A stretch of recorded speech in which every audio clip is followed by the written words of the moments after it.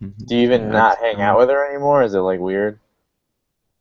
I mean, it's not weird. It's just kind of we don't hang out a ton much. Well, yep, that's how it goes. well, at least you're not like, and yeah, that's good because you don't want to be like on an on the hook situation, and that's no good. So That'd be a good, good good for you, segment. Benson. Benson on the hook. Benson on the hook. I could just see like if Benson, like, I mean, I've been in that situation. Like, if you were around, then like she'll get you, you get on the hook, and then that's a horrible place to be. Mm, just my thought on that. Yeah.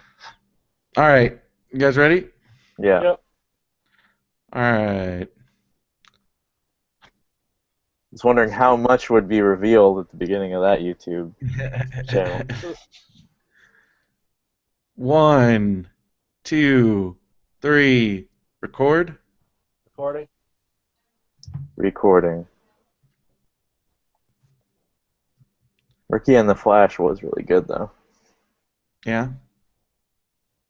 I love it when down to earth people stick it to the stuck ups. Sticking it to the stuck ups. You should have seen Kevin Kline's house in this movie. It was crazy. I I want to see it. I would What's your like to. first what's your first movie? Oh, You know, when like you get money, you know. Ant-Man. Yes. You probably if there's like a dollar theater nearby, you could probably catch up on all the Our things dollar hidden in there. theaters like 6 months ago. Dollar theater like stuff that's like on DVD. Uh, Um. All right.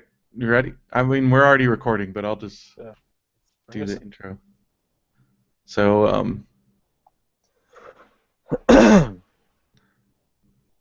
live from the internet, it's Popsicles number 86, 86. I was the 6 years old.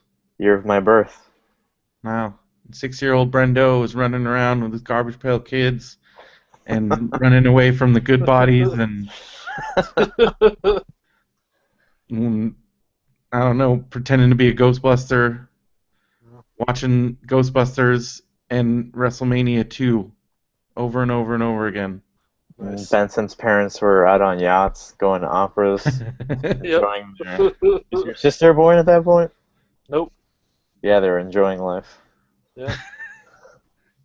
You know what really got to me is that speech in Hook when Hook is Oh my like, God. "Before you were born, your parents were Yeah. happy," and I would think about that a lot, and I would think that they would do all that stuff and go out to parties and stuff, but I don't think Yeah. that's the case either.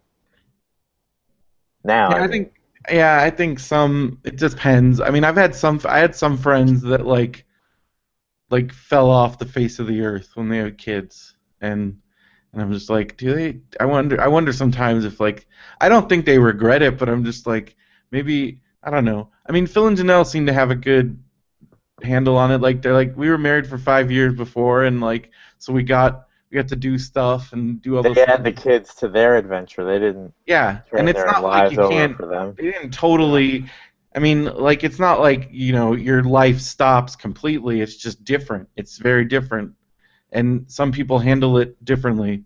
Speaking of You Phil, got your sad dads. There's definitely those. sad dads. What's a sad dad? Sad dad is like okay, you know that episode of the Wonder Years where like Kevin dates that girl and it's like the mom and the girl are like exactly alike and they're very overbearing and then there's the dad and you I can get tell at that one point. confused with the Boy Meets World episodes of the Well, it's a common same trope. plot. It's a very real thing. Is that dad that like The at men one don't time in talk his much. life, that guy was probably a really like totally different dude, but he kind of sacrificed his life as he knew it for this new life, and sometimes that results in a sad dad. Yeah. Speaking of Phil, got to take a tour of the orchard, but before we Yeah. get into that, we have Brendo singing the hits, and I'm gonna All just right. throw it at him, see what Bring it on. happens. Here we go. Benson, perk up Oh those wow. ears. Listening in, right? Getting ready. The fuck is this? You already know who it is. Salento, Salento, Salento. Gonna do it for me. Now watch me whip. Kill it. Now watch me nay-nay. Okay. Now watch me whip whip. Watch me nay-nay. Want me do it? Now watch me whip. Kill it. Watch me nay-nay. Okay. Now watch me whip whip. Watch me nay-nay. Can you do it? Now watch me. Ooh, watch me. Watch me. Ooh, watch me. Watch me. Ooh, watch me. Watch me. Ooh, ooh, ooh, ooh. Ooh, watch me. Watch me. Ooh, watch me. Watch me. Ooh, watch me. Ooh, ooh, ooh. I had an edited down version that I forgot to send. This is the full version you're getting. But go ahead, keep going. Do the stanky legs, stank. Do the stanky legs, stank, stank. Do the stanky legs, stank, stank. Do the stanky legs, stank, stank. Now break your legs, break 'em, break 'em. Break your legs. This sounds like a Tim and Eric song. Break your legs, break 'em, dog. Break 'em. Tell 'em break your legs, break 'em, break 'em. Tell 'em break your legs. And it does that for a little bit. Now watch me, bop, bop, bop, bop. Watch me, bop, bop, bop, bop, bop, bop, bop. Now watch me whip. Kill it. Now watch me nay-nay. Now watch me whip whip. Watch me nay-nay. Watch me do it. All Now right, watch that's me enough. whip. Okay. Blah blah blah. That's all it is. Thank you, Brenda. Thank you. Sorry, Bop I didn't bop. send you my abridged version. It's okay. That was weird. All right. Is this like the number one song? Is this? Well, the number one song is still currently "Cheerleader" from I forget his name, AMI. It's fucked up. But this is number 3. Jesus. The song I wanted to give you is currently number 77, so I wanted to wait until that climbs the charts. All right. This is more pressing. Go ahead, Benson. Good Okay. luck, Benson. Well, at the start of it, he said, "You know who it is, Salento." So I'm gonna guess the artist name is Salento. Go ahead. And then based on the fact that he said it 1,000 times, I'm gonna guess that the name of the song is either "Watch Me" or "Watch Me Whip." Ooh, very nice. This is like watching that old Sherlock Holmes figure things out. That's it. That's your Is it second one. really? It's "Watch Me" by Salento. Oh wow, this is pure Salento. Very deductive nice. reasoning. Help me out on that one. I've never The heard reason of it that. got on my radar is because Doug Benson tweeted about it this week. Oh, wow. Doug Benson no longer doing his show at the UCB Theater. Yeah, he does that Nerd Melt. Yeah, Does he charge? yeah, Yeah. he does. Yeah. Well, we had a good run. Yeah. That sucks. Yeah. Well, I some of guess them I don't because think he charges, but I think it's like he was some. really the first, to my knowledge, first person to do a podcast in a theater on a weekly basis, and then Mhm. everybody started doing that, and they charge. So I guess he was left in the dust. Yeah. I guess he had to change. I enjoyed going there. I had fun the one time that I did it. I wish I had been able to do it more. It was awesome. In 2009, I would go like every week. I So didn't that realize means he's going to charge poor Jordan? I was thinking about that. I would hope he puts Jordan on like a list to get in. He did come every week, and he waited Yeah. in line to get the front row spot, which is not easy to get, even if No. you are very early. Yeah. I remember before the times of the name tags where he would go to the two people sitting behind him, like I had to fight to get there, and some idiot snaked my seat. And that was like the last week they did that. And then it became too hard to be a person picked. Did your Unless you're name? Benson and you bring that sandwich. It's true. It's true. Did your name ever get picked in those early days, Derek? No, because you had to Okay. sit in a certain spot. Okay. And then by that point, I wasn't really a name tag. It was Okay. at the beginning. You had a name tag, and then the name tags got more elaborate. Because I listened to the podcast back then. So I Right. probably listened to those episodes you were at. Oh, multiple. Probably that whole year. Wow. I didn't know that. Yep, I was there. Well, Didn't he say Brendo Man? Yeah, it was because I had because you because it's not. I had gotten the giant thing that was on our table at Wizard Oh World. yeah, yeah, yeah, It yeah. said Brendo Man. It said radio. Well, I wrote on the back of it. I wrote Brendo Man. So he says out loud like Brendo Man. So tons of my friends like IM'd me and emailed me like, I just heard your name on Doug Loves Movies. I don't like Nerd Melt. There's like a bunch of pillars, so it's very easy to sit behind one of those pillars, which I There's a did. lot of obstructive views. I mean, I sat the last time I was there. I sat like right in the front, and also it's hot as shit in there. Yeah. Yeah, it's very hot. Last show I saw there was Paul F. Tompkins, and he did Andrew Lloyd Webber, and he's wearing like a full suit and a cape Oh as Andrew god. Lloyd Webber, and I was concerned. Yeah, I was there for Summerfest, and it was packed. What And what but is I you kept saying? Is that some wrestling thing? no, It's Howard Kramer. it's Howard Kramer. He's a comedian. It's like his whole shtick, and then he has like a big thing at the end and the first weekend of August every year at Meltdown. Now at Nerd Melt, but he used to do it before Nerd Melt was even there, and he has like there's like a giant water slide, there's like free beer, free food. There's a food truck. There's lots of comedians, and they do like a stand-up show. They play like summer movies in the actual in the theater before the comedy show, and it was a lot of fun. And I got to meet a bunch of comedians, and Howard Kramer was cool. But it was so hot in there. It was so hot. Well, over this coming week, I visited Brendo in the wastelands of the middle of the state, Yeah, you came out here, and Anthony came out here. and I got to tour the what we call Vecchio Manor, The Vecchio Orchard / Manor, yes. and it was really a giant backyard of fruits and plants, and he would pick them off the vine and hand them to me, and I didn't know if like they were safe to eat, but then he would like guilt me into eating what he was handing me. He doesn't. He's organic, no pesticides, so All it's all right, good. I didn't And get it was sick. good. We ate the fruit. It was good. You ate a fig. I was impressed. And Well, I have no problems. You just have with I have no problem eating figs.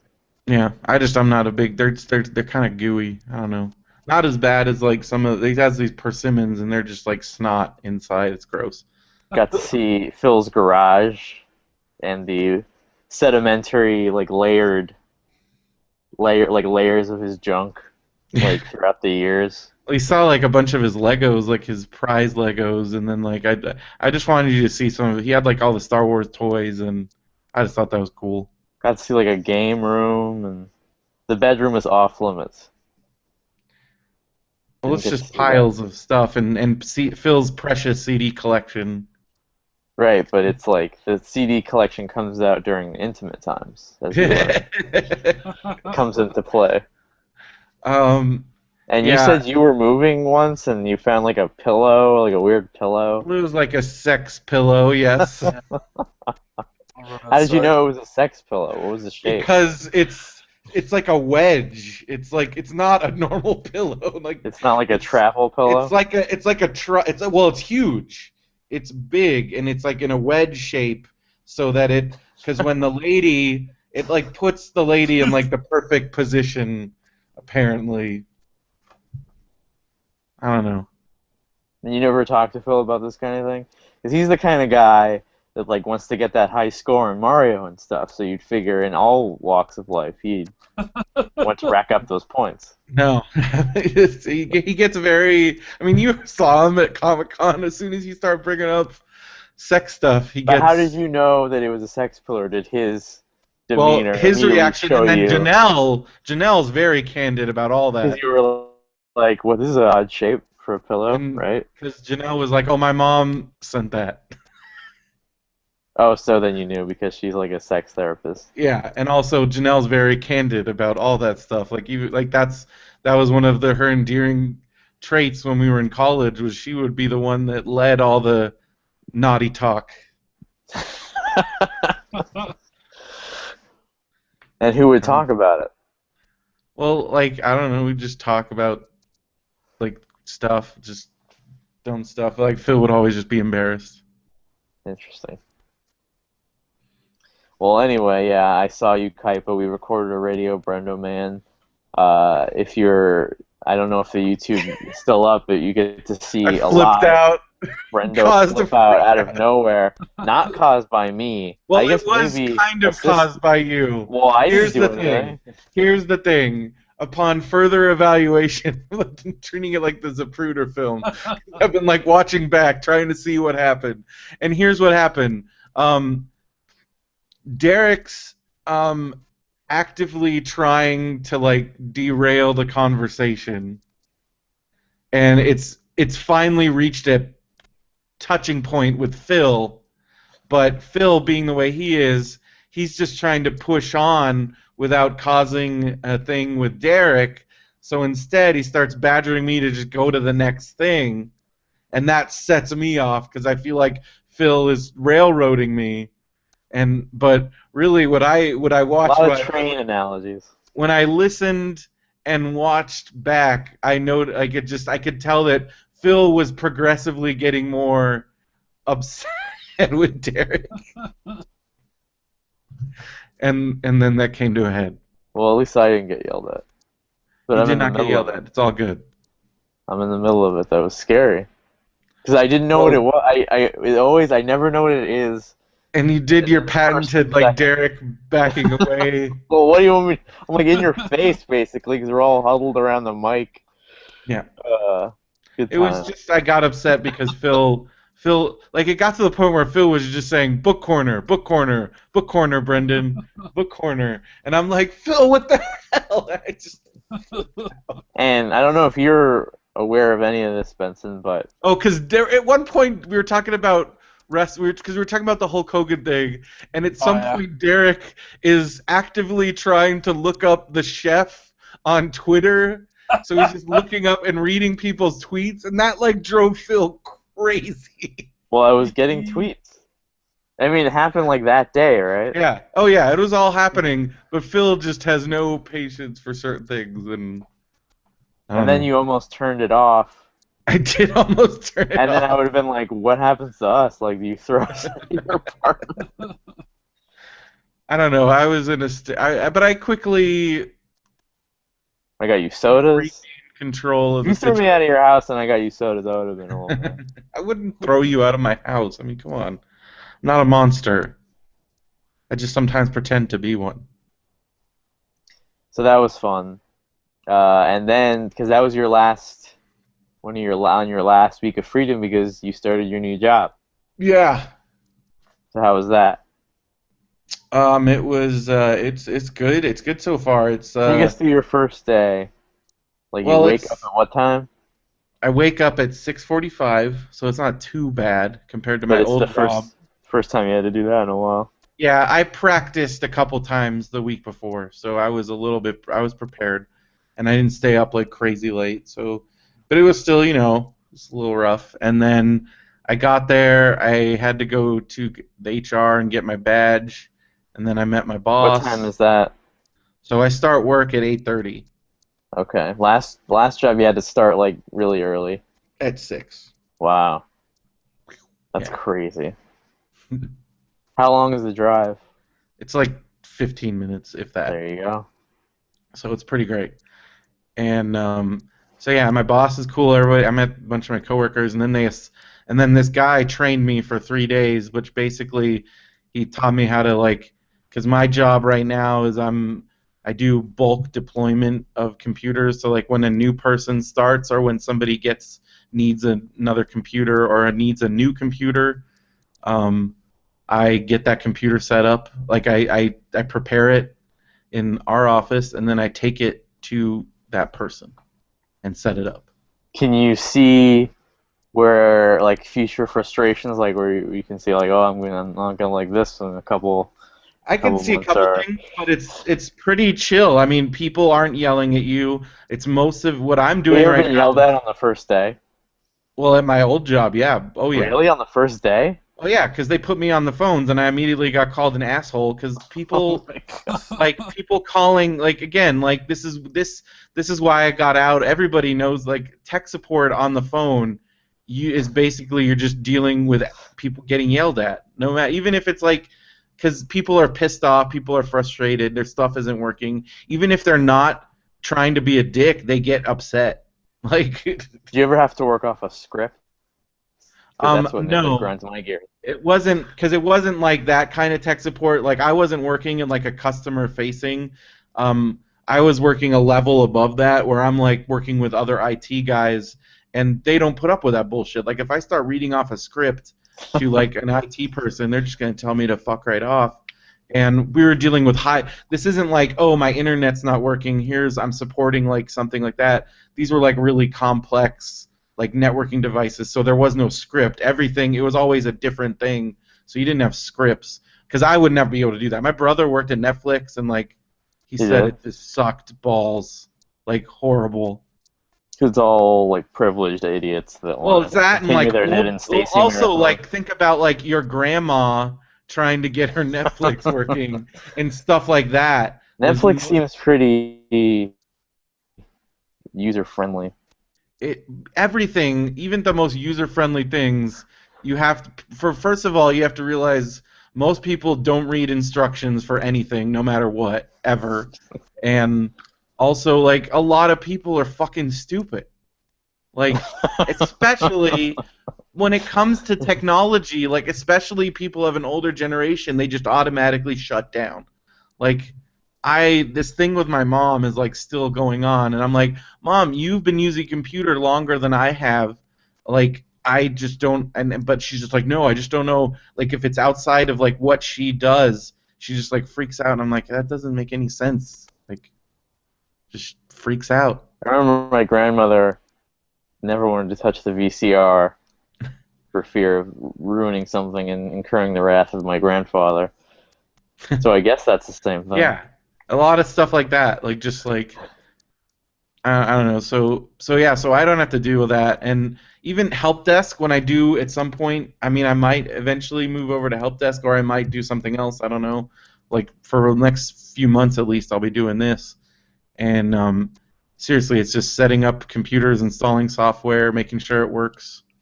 And So is there then any perks so far, like Pizza Fridays or people bring food all the time. Like so already, there's been like donuts Nice. and stuff. And I don't know. I mean, it's people bring food to Benson's job, but they're usually for the animals, right? Now they bring. Actually, we get people bring customers bring us food quite a bit. Hmm. I used to get Pizza Fridays. And then the Kelly stopped doing it because everybody fucking complained about the free food. Like, oh, we need more pepperoni, we need more yeah, mushroom. I'm always that's I always it always blows my mind when people get like that with like I'm like, did you pay for this? You're gonna ruin it. That's always what happens. People complain and then like it's over. And the money they saved by not getting pizza every week was like it was like a whole paycheck on a pizza. So it was like firing an employee, basically. Yeah, that sucks.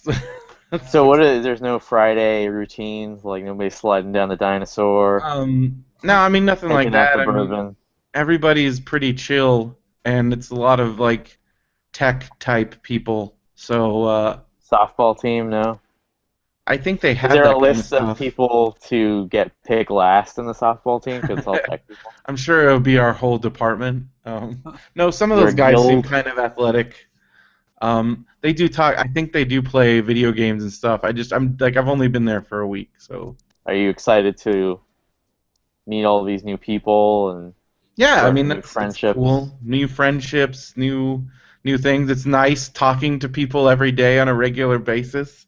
Do they Um, like you, or are they I like think they like me. immediately pegged you as like a target? No, I think they're cool. I think everybody's cool.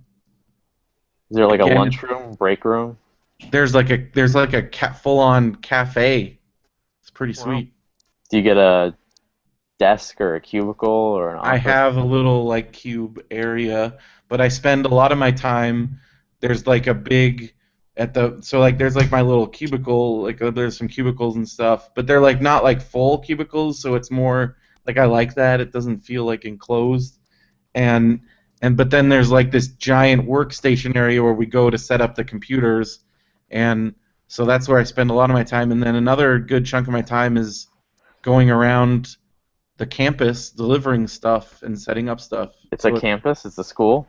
So well, it's a giant corporation. So they basically Oh, have it's a huge campus, and they even have buildings like a mile away that we have to drive to if we have to deliver stuff there. you get like a Segway. Oh my No, God. I Segway. since I'm a temp, I'm not allowed to drive my car, so I have to actually get a ride from somebody else. I Huh. wish we got Segways. That'd be our golf cart or something. That'd be awesome. The Brendomobile. Yeah. All But right. we Well, just have like these little push carts and we put the stuff on it. It's do pretty you get like vacation stuff, holidays? right now because I'm a temp. No, I don't get any of But that. like Christmas, you don't have to Yeah, but work. I don't get paid. Okay. As a temp, in order to have paid holidays, you have to be there for like at least a year. I think I was looking through the temp Oh wow. So manual. you're gonna have to do like a year of Yeah, but making your I'm dues. hoping I'll be brought into the company before then. Like, and then I'll get everything. But because that's how they start off. And that's pretty common in IT positions. It's like temp to hire. So you start off, you're going through a temp agency, and then if they like you, then they'll bring you in. And I so have that'll be a few breaking months at least. news. I have breaking. I'm sorry to interrupt, but I have Ooh, breaking news. breaking news. It is a death. Oh no. Oh no. Um, let's play Guess Who Died That's not. No. because I have a really funny quote here from somebody that posted on Facebook. Don't look on Facebook now. Get off all this. Okay. I almost was And I'll say tickled. what they said, and then you can guess who it Okay. was. Okay. Okay. Buzz in, either of you. The quote is, "One can only hope heaven has flight attendants waiting to give anal to those who enter its gates." Jeez. A little harsh for somebody that just died, but Hmm. you know, it's Flight not ringing a bell. attendants anal? What? Yeah, that was a big Uh, story. Early '90s, big scandal. Is this a politician? No, An actor? no, it's somebody famous, but then they married somebody that got even more famous, Hmm. and that joke almost broke up their. Is this in bad taste? maybe. That scandal. Oh come on, Benson. Well, I don't Anal know who. flight attendants? I'm This saying maybe. scandal almost broke up their marriage. I don't know. It's a very specific thing, so I don't think you're gonna get it if you're gonna get it. It's Frank Gifford, Oh, okay. husband of That's Kathy Lee right. Gifford. Well, he was He like died. he was up there, right? 84. So And Kathy Lee he has is young back on the kids. market.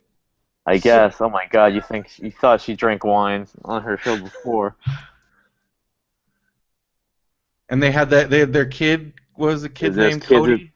Cody and Cassidy, She they try to always get him in talked all those about Disney him on Channel the. shows. 'Cause- In the summer of 2010, Cody like just graduated from college or something, and Yeah.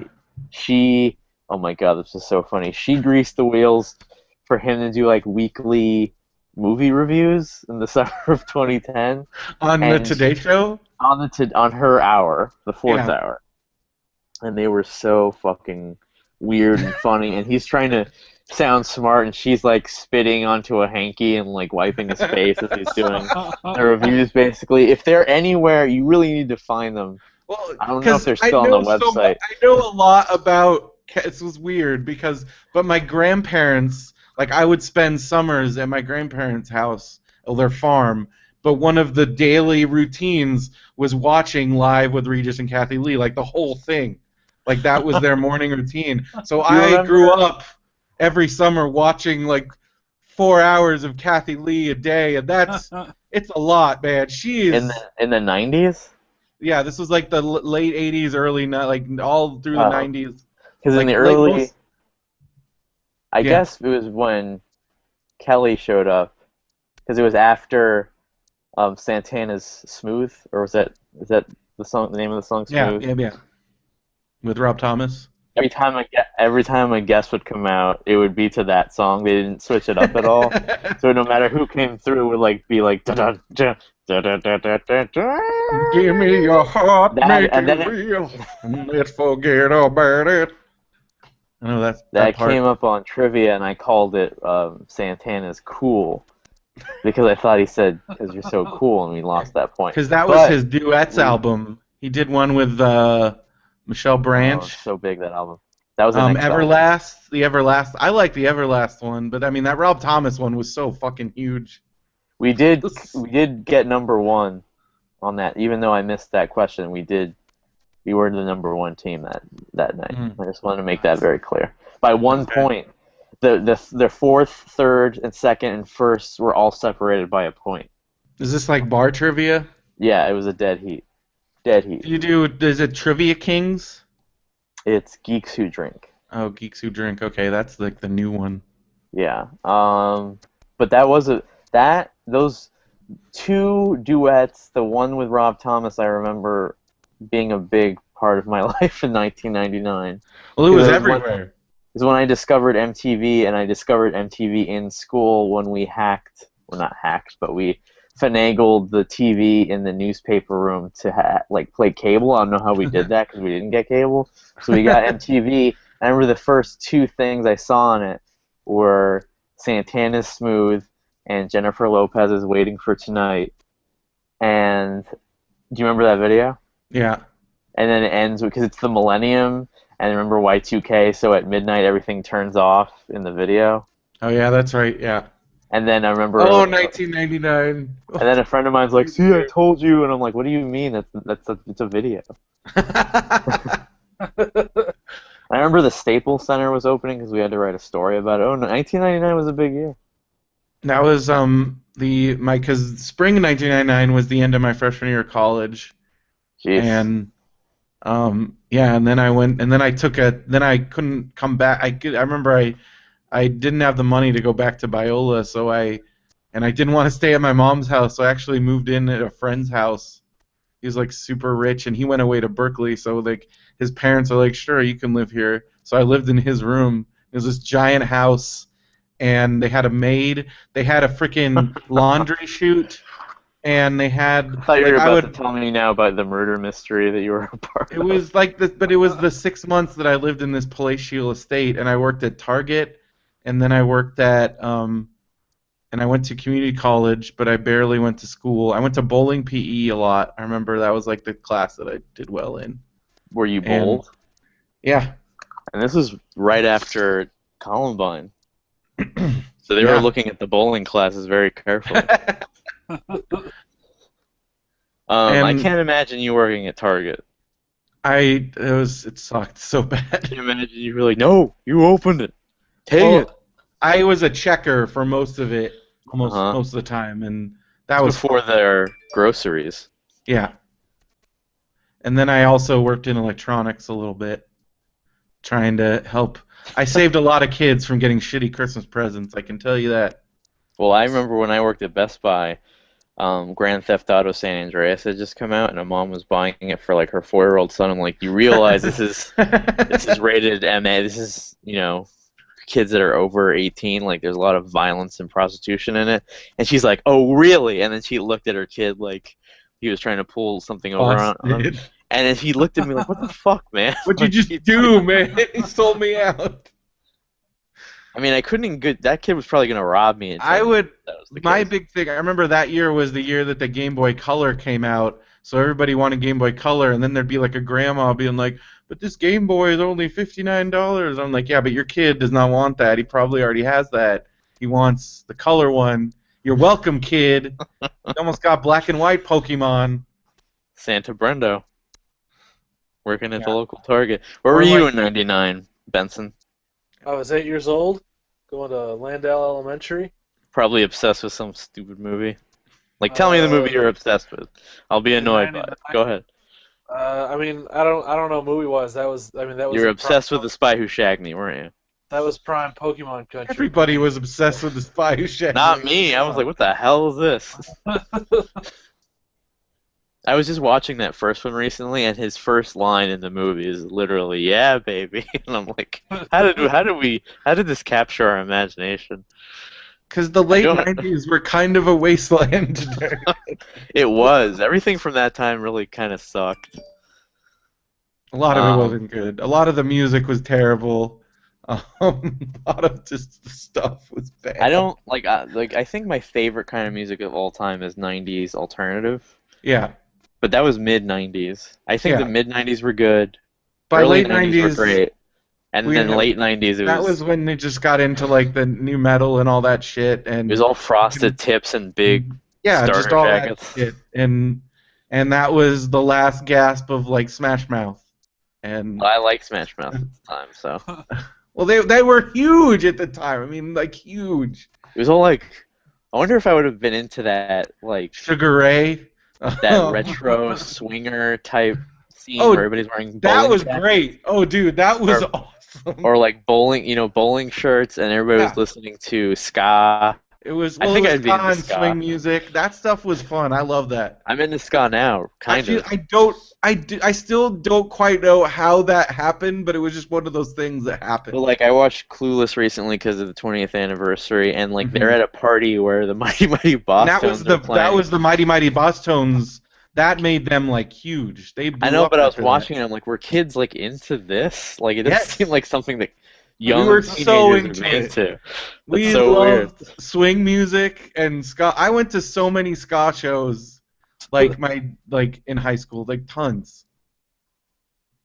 And I don't know if that was just a San Diego, Southern California thing, because like again, like No Doubt, Was it? Was it because No Doubt's from Orange County? So No is this Doubt's from kind of Orange like, County. is this like a Orange County It thing? was it was very big in Orange County, LA, because you had like No Doubt and like Say Ferris and like Mighty Mighty Boss Tones and a lot of those bands, and that I mean I know in other places it was also big, but I think it was a scene thing because like I don't think if you went to like the Midwest or like even like other How parts did of you dress back California. No, Hmm? because I was then? Go gonna How say ahead, did I Benson. dress? What was Sublime was Benson also a saying? part of that. They're from Long Well, Beach. yeah, they're from Long Beach, so you had that They were too. Like, had the ska punk thing going, and I've talked to other people from other parts of the country because I hate Sublime, and I've talked to other people who from other parts of the country who also said that that was like. What are you in yeah. Sublime, anti-Sublime chat rooms? What is this all No, across? I literally I tweeted it. I just tweeted something about Sublime, and then like three different people who I didn't know responded, and they're like, "Yeah, people really got into ska here too." So I don't think it was just a I California thing. think it started in certain places and then it would become bigger in other places. Like, Yeah. but it did branch out thanks to MTV. If something hit MTV, then it would kind of go national. So like when No Doubt hit MTV, it blew up. Like Blink 182 kind of hit huge in like '99, but Yeah, they were that's my that was when example of they how blew bad up. things got But like in the late '90s. 97, 96, 97, you had Damn It, but that was like their first big hit, but that was not huge. And then 99 was Enema of the State that blew up. But then like No Doubt, they were playing in Orange County like when I was in junior high school and before Do you see that. them? I saw them. I actually saw them once with their old singer, the guy that killed himself, and Gwen was just like a Oh, backup. sad. Oh, And so it was like a dude singing in the beginning? yeah, well, like very beginning, and Gwen was Weird. like a backup. But then I saw them like right when Tragic Kingdom came out in San Diego, and it was amazing. But yeah, So to answer your question, what was Benson doing? We kind of I don't know. bombarded him. Uh-oh. I think he's gone. No, I I'm believe. here. Okay, I'm gone for a bit, but I'm back. So what okay. were you doing in '99? Oh, I mean, I was 8 years old. Go I, ahead. I would say Pokemon was probably the defining thing that I was into at the time. Uh-huh. That's it? You're I kind of a mean, one-note guy. Pokemon well, was huge. I don't really. I mean, I don't have a great memory of what I was like as an 99 was a 8-year-old. really big year for me because of episode 1. So That everything happened revolves too. Oh, around sure. I mean, yeah, I watched a that. lot. That was a big part of it. You too. probably loved it. Probably like, Yeah, Dad. If you're a kid, like I don't see Yu-Gi-Oh! why you Jar wouldn't Jar. love that movie. Yeah, I did. I mean, yeah, I've said this before. When I was 8 and I saw it, I loved it. And now you Now love it. it's I garbage. think I think he's like a secret episode 1 lover. No, people that do love it are very outspoken about it. I don't think there's like a Sure. lot of closet because now they feel the need to like be very and like good for them. That's great. I'm glad that you can appreciate that movie. At That that Star great Wars that I can't. convention, they did show all of them, and I should have gone to episode 1 to see like the hardcore people that Well, I'm flew sure in at to see it. Celebration there's a lot of people. Like I'm sure Pokemon, one of my favorite wrestlers is a huge prequels fan, and I'm like not okay, even wrestlers are immune to the yeah. prequels, the learning. I Um, one of my coworkers at What Barnes is and that Noble. sound? yeah, what is that? I I don't know. Is it coming from me? All I right, we're don't good. know. Got a lot of sounds coming. Go ahead. At Barnes and Noble, we did. There was some. It was some event thing where we had the 501st Legion came out to like take pictures with customers, and one of my coworkers brought like a Jar Jar Binks mask as like he was like as a joke, and he was like, "Hey, can I take a picture with this? It's my favorite character," and they refused to do it. Like they wouldn't do it. They were like, "Shut the fuck up!" Like they got legitimately Jesus. because he wanted to take a picture with stormtroopers with him in a Jar Jar Binks mask. Those are fun people. Yeah, Those must it's be fun. really fun people. Yeah. They're all uptight about staying up late, making their stupid stormtrooper They costumes. spend so much. Like when I found out, because I actually talked to a guy at a party who I met this dude at a party who was one of the guys that got the brand new costumes that aren't even out yet for like the new movie, and like they gave him but he's like, oh yeah, it was like this much money and it took me this many hours to build it, and I'm just like, Jesus, like they're like thousands and thousands of dollars and like hours and hours and hours of putting together, and like they don't seem comfortable at all. I don't know. So that's a very Back to specific Pokemon. hobby. Pokemon. Pokemon Yeah. ruined Saturday morning cartoons. I mean, for you, It for like me, it was all that of a was sudden that was it what was like it I played love that 9 cartoon. times. No, really, it's not good. It's literally all a marketing thing. That's It's all literally cartoons. That's 99% of cartoons. not the good ones. Goof Troop didn't try to sell me toys. Like Looney Tunes doesn't sell toys, but it sells the brand. And But like I know that was after. They didn't have. But like You think know what I about all mean? like the golden age. I mean, think about like He-Man, G.I. Joe. But those shows never and those really shows- appeal to me. Yeah, and they're not very good looking back Transformers at just it. appeal to me, not G.I. Joe. I understand they're cool and But stuff, Transformers also, those were just made to sell toys. but they are American. And they did shut down a lot of American animation studios because they just imported a bunch. They imported a bunch of Japanese stuff after that. well, speaking of that, I was all That about started with Power Rangers, to be fair. my two things. What were you Go ahead. choosing? Pokemon and Dragon Ball Z. That was like another huge thing for me around that time. I'm not into anime at all. Does that count as anime, Pokemon? Pokemon, kind of, not really. I mean, it is, but it's so I mean, mainstream, it is, people but don't it's think it super is. I mean, yeah. I mean, it is. I guess it is Japanese animation. So yeah, sure. It was all Digimon and lots of Mons. After Yeah, I like that, it Digimon. wasn't good. Digimon was never as good as I was Pokemon 19 and I watched the shit out of Pokemon, so I don't know what that Yu-Gi-Oh. says about me. I hated Yu-Gi-Oh! I took a hard stance against Yu-Gi-Oh! All the imitators. There's so many. There was no more funny animals after that. No more Channel Umpty 3. No more Foofer. That's the end of Foofer. What's Foofer was a very brief. How's Foofer? It was in the 80s. Back NBC had like the best. NBC had so many random, just like throwing shit at the wall. And then they gave up and then decided to create teenage programming, which is also good. I wish that would have been more popular then, because that wasn't really popular, but Saved by the Bell. Well, I mean, California Dreams was on for quite a while. I know, but nobody really Hang talks Time. about that. I Nobody, guess they don't. nobody talks about Hang Time. Nobody talks about Hang Time except me. Well, those were the shows that were on after, and then they'd even be on after, like when WB did Saved by the Bell reruns, they would also Right. sometimes show Hang But Time. even those were I like never really years watched after. them. Yeah, Like Saved by the Bell ended '92, and then they didn't really have extra stuff until after that. that's true, because they didn't come, because they kept playing those reruns for a long time, And then and they brought in Canadian things like Just Deal. This might be way after your time, that's way after my time. but there was this girl that was on that show. That was she was the drug addict that she was on Angel. She was the drug addict that Oh yeah, yeah. what's I know what's that the girl's son's name. name? What's the son? Connor. That befriended Connor when he first came Yeah. back. That girl. She's in a bunch of stuff. Is she? Because I can't find her. Was she the one that was also in Buffy that one episode? No. Oh, I not think this that is like her girl. one American thing. Okay, never Anyway. mind. I thought you were talking about that girl that ran like that in Angel she ran the like teen shelter or something. Oh, No. you're talking about the drug addict girl. Okay, yeah, I know what you're talking about. Yeah, there's this whole world of Canadian soap operas that I've only watched a few of them, but there's so many that I want to watch.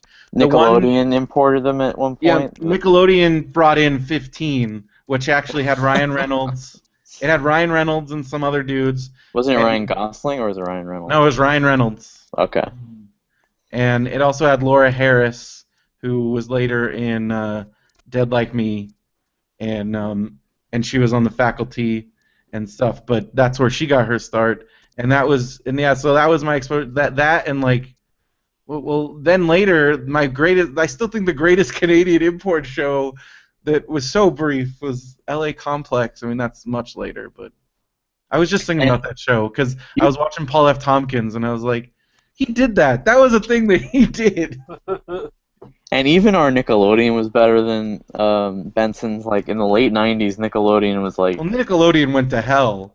Hey, double. Like his Double Dare is Double Dare 2000 with like some True. hot chick. We had Keenan and Kel, though. Come on. That was Great.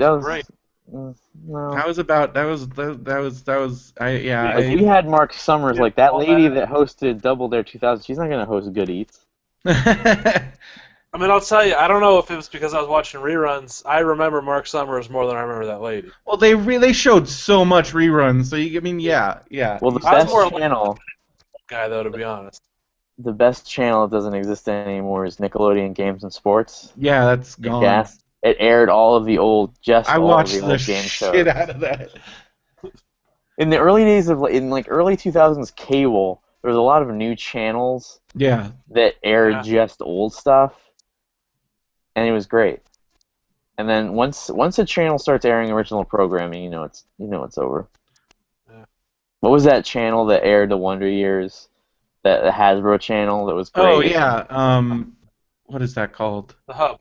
Hub. Yeah. Yeah, now the Hub it's was all, great in the beginning. Now it's all My Little Pony and shit. Well, That was because My Little before Pony they did shit. blew up. That's what happened. I don't think they were expecting what happened to My Little Pony to happen, and it did. Like They played the Wonder Years, the old Batman TV old series. Bat- I remember that was the only when you told me about that channel. That was like the only channel I watched for like a year. There's like one other show, maybe it was like Mr. Belvedere or something, or they showed Small Wonder, something. And now they don't show any of that. They had Doogie Howser. Yeah, that was it. Imagine if like the Wonder Years got popular again as like a brony thing, where people became like Winnie dudes or something. Well, I mean, think about the 80s when like 50s culture got like super popular. Like I remember that happened like because of things like Back to the Future and all that stuff. Like I remember the 50s. Well, also just Everybody's always nostalgic for like 20 years prior. I think it's like 20 or 30 years. Yeah. So that's like I think so. 'Cause in I the just- 90s it was all 70s stuff. Yeah.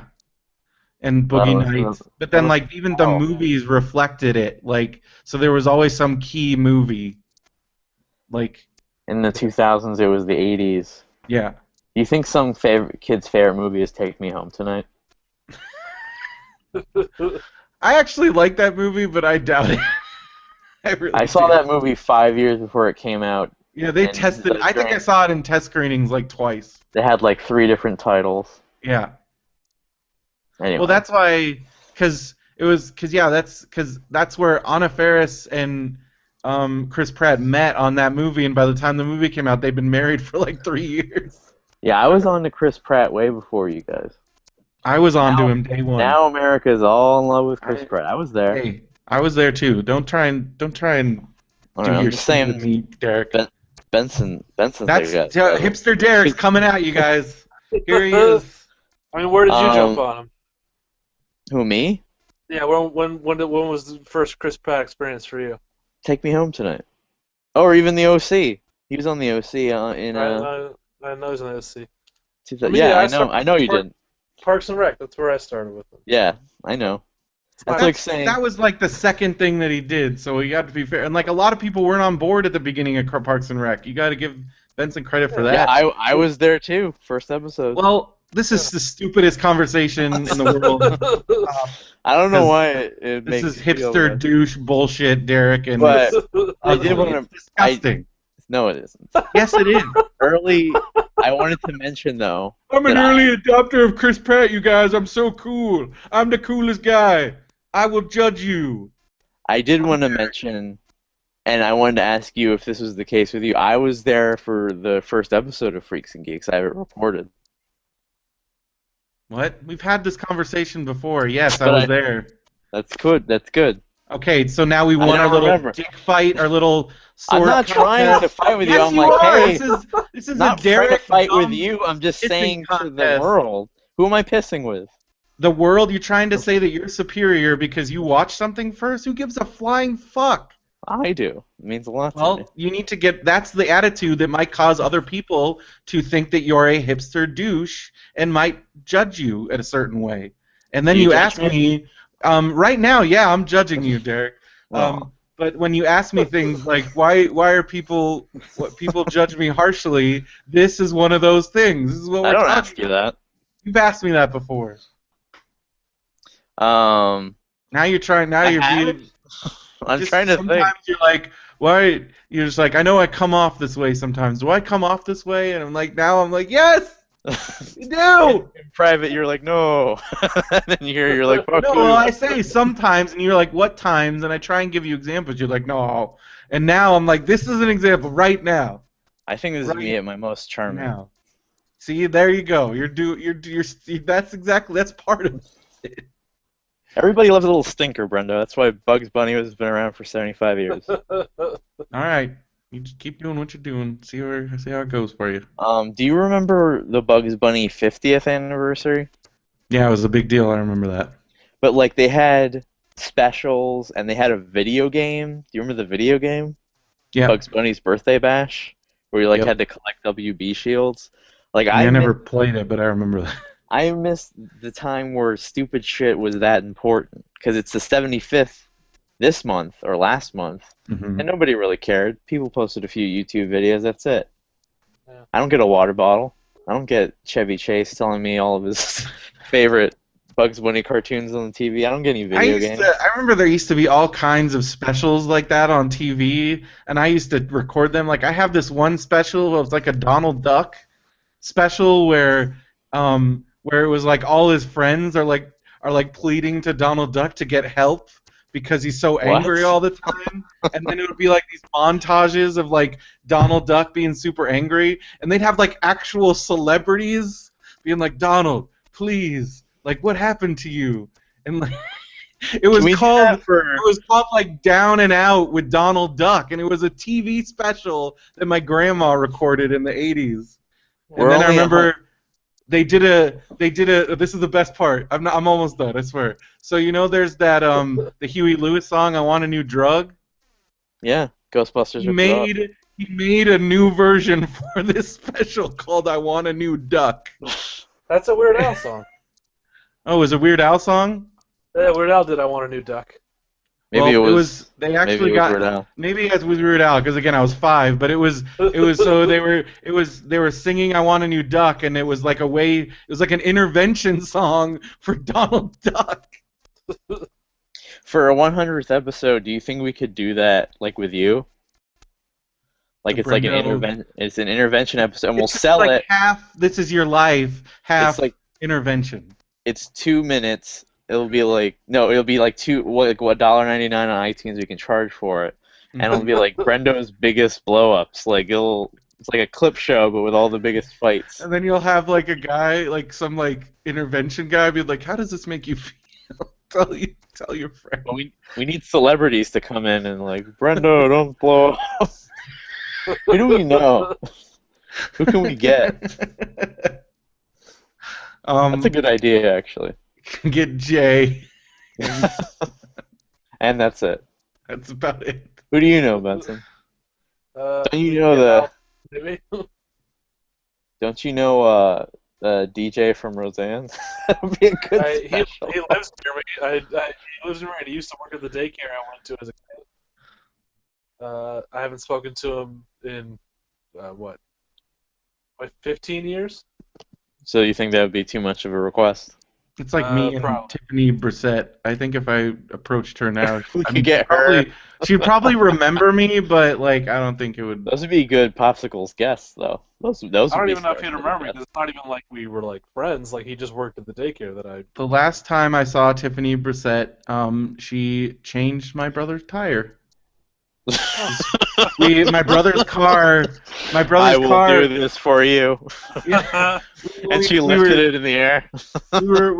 My brother's car like got a flat tire, and she just happened to drive by and saw us. Did and she we, eat the lug nuts? She's like, Yeah. sustenance. Well, I remember one time because she was a volunteer at our youth group, and I remember one time we got her to do the voice. She's like, "I'm never gonna do this again," and she did it, and I was like, She shouldn't was be so- changing people's tires. "It if she doesn't was want people so to throw. amazing, you guys, when she did it. It was amazing." And then at the time, again, this was before DVDs or anything, and she had every episode of Small Wonder on VHS tape, and she showed them to us once. It was great. So, why couldn't your brother change his own tire? Because we were dumb kids. I don't know. We were just sitting there like, And she was driving by and Yeah. changed it for Well, she you? knew us, and she saw us, so she helped us. Such a Forrest Gump. Your lives are so interwoven with such weird, like, meetings, and it's a good life you have. Well, we went to a church, and she went to that church. What so year she was saw that? us, and that was 90. That would have been like 98. Yeah, you would be all over TMZ if that happened today.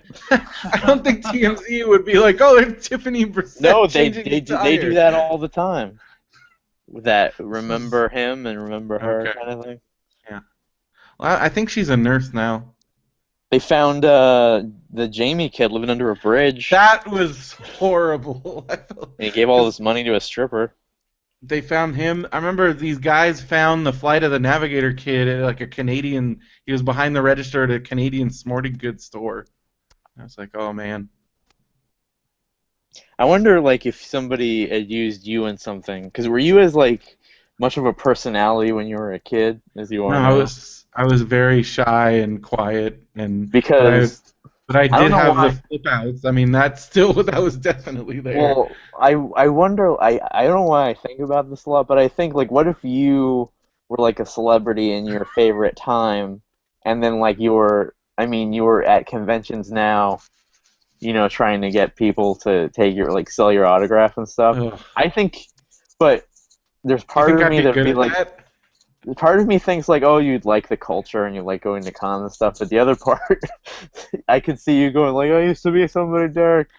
Yeah, I don't know. I still to this day the most depressing thing I've ever seen at Comic-Con was when my friends and I went over to talk to Mick Foley, and then we saw this dude, like, this was at Comic-Con 1998, and then like a few tables down there was this guy just all by himself. He had like, it just had his name, and as I'm walking up, I just walked by, and he's like, hey, and I'm like, hey, how's it going? He's like, I'm the guy who played Mike TV, and and it was just, and he was charging like $50, and there's just nobody there, and I was like, that's great. And If you were charging for your autograph now, how much would you charge? right now, I wouldn't charge him. With your life. Dude, I'm gonna be like, I'm gonna be like Hodor. That dude doesn't charge anything. He just sets up a thing and free. But what if like Walker? Same thing with Judah Friedlander, free. But those people have to, like, if you had to set a price, what would it be? $1. I would go 5. No. I would be right next to you. 5 seems greedy. Who do you think would make more money, you or me, if we Me. were at a table and you had $1 and I had 5? Me, absolutely. I'd destroy you. Well, what if it was switched and you were $5 and I had $1? I Do you think think I'd it's the still- star power, or do you think it's the money factor? No, I think you if you had $1 and I had 5, I think you would get more. Okay. But I don't know. I mean, I don't know. There seems to be a Brendo appeal that I'm still kind of surprised by. Yeah, you suckered your fans for some cash. No, not sucker, Well, you know what I mean. please. You got some cash. Yeah, but they get For stuff, things, and for we. things, but they want the merchandise because they like Yeah, you. but we're not making profit of that. I We know, charge I'm them not. the cost of the shirt. I know, but they want the shirt. We're losing money on the records. It's not about making money, but they want Brendo merchandise. Yes, which kind of is crazy, right? It's nuts, but also awesome. I mean, that's cool. Are you losing a lot of money on the records? No, we actually calculated out. We had some money left over from the last Kickstarter, so we'll use that to cover because otherwise then the records would be too expensive for people. We wouldn't want people to because nobody's gonna pay $28 for a 7-inch record. Like that's a lot of money. So how much are they? They're 20. I think you can get 28 out of them. Yeah, but we don't want to do that, and then I don't know. We didn't. It's just there's like a few $100s. We don't even know for sure. We might break even without you dipping into the other fund, but we just don't know yet until it actually all is done, because shipping costs and whatnot costs. What about Benson? Are you guys trying to merchandise on any of your? We have a Benji Patreon thing? for Shut Up. Go to patreon.com/shutupleonard. Support us today. Thanks to Stephen Day, who is a patron. He's a great man and a great American. So Patreon's just giving you money and they don't get anything. Well, you can they set up get- we- rewards. Rewards. If you support the Patreon, you get access to bonus episodes where we talk about shows that are not community. So they're paying to hear your thoughts. I mean, Like they're what I paying get for what I get for additional free. episodes of the show. Okay. How much money have you gotten? Right now, Stephen Day is our only patron. We thank him. He gives us $5 a month. He gives you $5 a month? Yep. And what I do hope you that's use not- that I for? hope he's cool with that. Just to pay for the Benview site. But what is he? And he gets, and it's just like supporting you. Yeah. Just to help and support the podcast. It's a I free know, Plus, thing. I mean, Craig Randy gave us a gift Amazon card on Benson's Boombox one time. So thanks And what to do you him. use? What do you use that for? That we still haven't cashed it in because it's to me and Chris. We haven't decided on how to jointly spend that money yet. It'd be funny if you guys get like a treehouse and you can only use it on certain days. And of course, the great Brian Apodaca got us all in the most recent gift basket Google Play cards. That was very nice of him. Yeah, I didn't get one of those. you probably did, and you don't even know it. Oh. So 'Cause what? Phil got one too, so I would assume you got one. Trying to think. So what do you apply the $5 to? Just. To pay for the hosting of the website. Oh, right. Yeah, because unlike some people seem to think that this stuff's not free, man. That's interesting. So we only got one so far? So far, we just started last month. Okay. We'll say it again.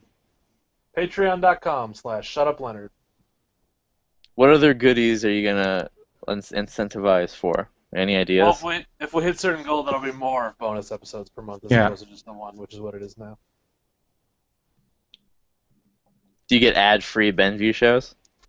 No. I'm trying to think what you can do other than bonus shows.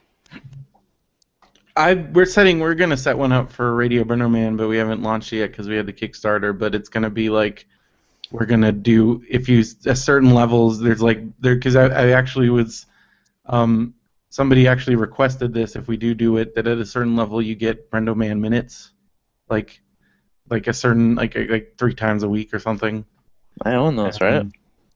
You don't own anything. And I want to make money off this podcast, but you and guys then are if we invested hit a in your own certain, podcast, and then it's just me, and then I have to do all the work, and then I don't know what to do. well, you should figure out that out. And I need then to create a like, new character. Like I need to create like a clear like if I brought in a new character on this podcast, it was Mhm. clearly designed to like sell dolls. Like you'd want a doll of him, or you'd want bonus podcasts from him. And Who's he's buying just, like, dolls of anybody that does a podcast? I don't know, but he'd have like dollar sign. Like he's just clearly there to monetize this podcast. Like Like he's a bandit. People like bandits, like the well, Hamburglar. that's like Disney came up with that bear that Mickey has. What's that bear's Oh name? yeah. Duffy. Oh Duffy my the bear. God. That So is we something. need like a Duffy the bear for popsicle. But we can make a Brendo Poppy the the bear. popsicle. You could easily be made into a toy that kids would A want. plush Brendo. Yeah, but I'd have to make it exclusive to this because I need to keep you somehow on this side. A popsicle Brendo. Popsicle Brendo. Then you turn around and make a Radio Brendo Man Brendo, and then I'd have competition. No, you can if you want to make the Brendo plush Well, for a small license fee. I'll have to figure that out. Did they already drop that new Hamburglar from McDonald's? Seems like he's gone. I don't think he's ever actually. Did they ever actually make commercials with him? Yeah, like the day they announced him, the commercial started. Yeah, I think those are done because now it's like the ones that I see on Hulu are just some dude talking about Big Macs. Big Mac talker dude. Yeah, I think he looks like the guy from New Girl and Veronica Mars, but I don't know if it's the guy. Leo from Veronica Mars. Max Sort of.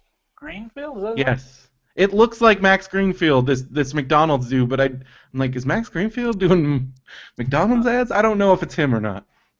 Hmm. Just talking about those new quarter pounders, which Phil said were okay. What's new about him? They have like you can get like fancy stuff on them, I guess. They think that's gonna work? I don't know. I There heard are McDonald's is in selective trouble. I keep reading these articles about McDonald's being in trouble. I keep reading that they're gonna serve breakfast all day. I'm waiting for that to happen. Yeah, when is that going to happen? Because that might solve all their problems. Maybe. Although it might cause more problems as America has 24-hour access to Egg McMuffins. The world is thrown into chaos. Anyway, I'll think about that character. I need to monetize this. Well, because think about just for sheer, there are no more amusing news articles of people getting upset because they don't serve breakfast. I don't remember those news articles. I just remember hearing stories about people I know that got mad because they Well, stopped that's always serving random breakfast. news stories. I mean, falling down started a trend, I guess. I don't know. There's always. And you had your own falling down, I heard. That was just at that Taco Bell that one time. Oh, you're talking about with Ross? Yeah. That's because she was dawdling and like there was the slowest one ever, and I'm like, hey, when we got here, it was breakfast time, and we've been here for like 20 minutes, so. Did they don't not give pull it that- to you? No, they did, but she was Did being. they try not to? The lady tried not to, and I'm like, when we got in line, it was because breakfast is over at like 10:30, right? Some so places it's 11 we got now, in but line, yeah. but like Ross and I got in line, I swear, at like 10:15. Uh-huh. And then because they were so fucking slow, I was like, oh, fuck, like, what is happening? And, like, I just wanted that breakfast, like, so bad. I always wondered how flexible that window was. Like, at what point do they really stop serving? Well, it's whenever, I mean, at a certain, because I remember at Burger King, we had a flexible window, but it was whenever we ran out, because once we stopped making it, like, it was done, because Well, what was the then latest? That would be, like, let's say it's 10:30. maybe, like, 10 minutes over. Okay. That seems reasonable. Because at a certain point, the stuff that we had left over, we had to throw away because it was too old. And like, So I think why can't people serve breakfast all day? well, it's a matter of a lot of it's just not worth it to like have all the stuff out if like because like it's not a huge amount of people because they like would do tests and like how many people ordered breakfast at like 2 p.m. and it'd be like one person every hour. That's not worth it to like have the stuff ready and you have to because it's fast food. You have to have some in the chamber, you know, like in the ready to go. And then like I think also those die-hard breakfast people wouldn't mind waiting a few minutes. I certainly wouldn't. Well, then also depending on how they're making the stuff, like you can't make after like once you change it over to lunch Takes up grill making. space. Yeah, you can't do it. Like you just but I think at this point it might be more if if they've determined that if they've come up with a different way of making stuff or they just you're right like the cost out. I think it's just a matter of cost versus profit. How many And times did you? How long did you work there? Burger King like a year and a half, almost 2 years. How long? How many times did you see something that was gross that slipped, by without anybody else seeing it? You know what I mean? Like what do you Somebody mean? dropping a patty on the floor. Oh, I never saw anything like that. The Everything was on the only up and up. For the most part, I mean, there was a couple times where I knew that there were certain people that if you were a jerk, like if you sent things back, there were guys that worked there that I never saw it happen, but I knew it happened where they would spit in people's food. But it was very specific people. You had to, you had to have it coming.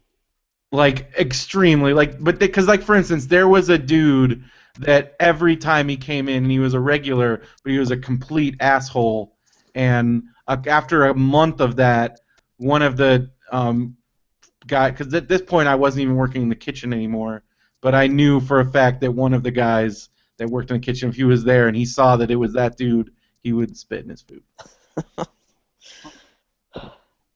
But I that love your stories. it was never completely it was never just a random thing. This is me appreciating you. I love your stories. Thank you. You're a good host. You can make all the money you want on the other side. This is my Okay. payment. I'm You and okay. me. Just you is my payment. Well, if you want me to set up an Amazon link for popsicles, I will do that. I just have never But I worry it will gotten. take business away from you. Hey, you're willing. I'm totally willing to do it. You're a good guy.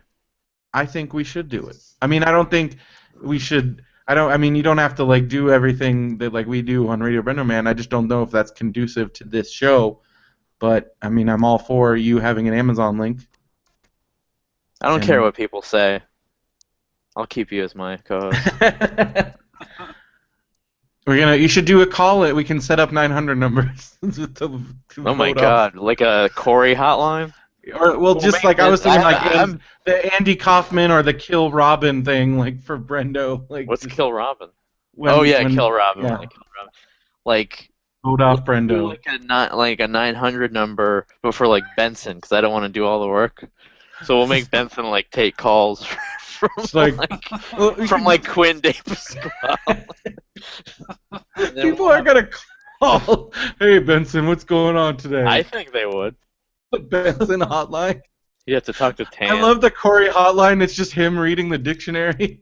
Here are things that. Oh no, it's just here are things that rhyme with Corey. What was the real Corey hotline? Was that really him, or was it like recorded? It was always recordings. There was never actually. Was there any fake? There's no live fake Corys? I'm sure. Maybe. Who knows? I was talking about this recently, and we were talking about those 900 numbers from the 80s and how many different ones they were. Like, we've talked about that, too. I mean, I got in trouble for calling the Easter Bunny. I mean, that's... Right. Like... We've all heard that story. But once I mentioned that there's a Freddy Krueger one where he tells me scary stories, like, somebody, like, just burst out laughing and didn't believe me. I'm like, no, that was the thing. Because there were so many different ones. Because those, like, I remember, I would say at least a third of the commercials during cartoons and stuff were commercials for 900 lines, like in the 80s. Absolutely. Seems really predatory and dangerous. Very well. That's eventually, I think the FCC did crack down because like kids would be watching again. Like I'm like 6 years old, and you're like, "Hey, kids, call this," and it'd be like, "Ask your parents' permission." I'd be like, and "Whatever." You were very, very impressionable. Yeah. You did everything the TV said. So of course I'm gonna call that number to talk to. I mean, I would never call the scary ones because that's scary. I was scared of that because there were lots of scary ones. I know. And there was like psychic ones too, and all kinds of weird shit. And wrestling ones. Yeah, wrestling. Speaking of wrestling, a lot going on in the wrestling world in the last week or two. Man. It's been very for you. A lot to do emotional. It has. It's been. Let's talk about the first one. Sorry. I was around for this. It was the first day, so I don't know if you've You calmed were there down for Hulk Hogan, or DEF what CON. Yeah. or what like has transpired since then. It's But gotten progressively worse, actually. I mean, really, well, just his actions, like Yeah. instead of he fading hasn't off just gone into the sun. away. He hasn't No, done he that. is no. He's doing Nope. her. He's doing the opposite of that. He's retweeting black Yep. people saying that he's not racist. He retweeted somebody saying, "Why does Obama get to say the N-word?" He actually went there. He's Yeah. being a total jackass. And Is that what kind he's of being. thing really bugs you anyway when Yes. people say that, and to have one of your heroes say that. Because Oh. I was in Brendo's house and I was parading all of his Hulk merchandise around him. Like, what are you gonna do with this? And he's like, I don't know. It's all in a box now. You I put don't it all know. away. Yeah. Interesting. I would have loved to have recorded that. We could have sold that on Patreon. Brendo boxes all of his Hulk stuff. Yeah, I don't know. I don't remember if it was you who retweeted this or someone else who pointed out, like, there are people defending Hulk Hogan saying he's in his heart he's not racist. And He on literally the said audio, I am a racist. racist. Oh, he did say that? Yes. He says I am racist. I guess I'm racist. That's in the audio. says that, and people are like, no, but in his heart he's not really Hulk racist. Hogan. Nope. Well, we got Brendo's thoughts. No. What are Benson's thoughts on the whole? Because are you a fan? Because Not- Brendo's a big fan. I mean, I didn't grow up Matt with Hulk didn't grow up with Hulk Hogan, so so yeah, it's just, I mean, he's clearly a racist. I don't know. It's a sad day for Hulkamaniacs, and my heart goes out to them. well It's then very diplomatic of you. Well, the thing Then- about sorry. the thing about being a wrestling fan is that it seems like this kind of stuff happens all the time with It does happen somewhat. like this or like Well, then domestic just they violence or die. some like weird murder suicides or weird early deaths. Like it just seems like it's never like, oh, Hulk helped guy change his tire. No, it's think- Tiffany Prusett doing that. I think here's the thing. I mean, I guess it will take time, but I feel like a lot of this is still left over from the hard drugs, steroids, that Yeah. era. Yes, there are some. I mean, now we're dealing with new things like the effects of concussions, which we are still just now starting to see things happening. But I feel like some of this is going to go away. Did eventually. you see the CM Punk episode of Marin? Yeah. Oh wait, no. I listened to the episode, but he was on the show with Colt Cabana, right? Those that Colt Cabana was on the show Yeah. and then he's like, oh, let me train you, and he's like, nah. He's like, well, let me have CM Punk train you, and it seems like he was like, sure, I'm not doing anything, but like I guess I had never seen what CM Punk looks like because I had no idea what the guy looked like, and he didn't look like what I thought he was gonna look like. Yeah, I don't watch Marin live because it's on IFC. I don't have cable, so I have to wait till it's on Netflix. Because there was this moment in the show where he's like, Or not, but I don't do that. don't you guys like hit each other with razor wire? And he like they had to cover the microphone. Like, what are you doing? Is it like a bad thing that they do? Well, I think that was a joke on the show. They were doing a joke. Okay. The other thing in I mean, they do wrestling stuff world- like that, but CM Punk really isn't known for that kind of stuff. Well, that was Colt Cabana saying that. Well, Well, I think that was them being funny. Like they're funny people, but yeah. There's been another. Yeah, a very tragic. So Yeah. in the last year, has there been like a multiple deaths? Well, Dusty. I mean, this is again these older wrestlers. Some of them not. I mean, Dusty Rhodes had some health issues, but like Roddy Piper, a lot of these guys did a lot of drugs in the '80s, like a ton What of was drugs. the other one? Like maybe it was like a year ago. Well, Dusty Rhodes, Ultimate Warrior. Yeah, that one. Like this is again. I feel like this part of the bad side of wrestling is they are shifting away from that. Wrestlers aren't doing a lot. I mean, there's a lot more drug testing. There's a lot less drugs. Not that there's not drugs. I'm not saying that wrestling is drug free. That's crazy.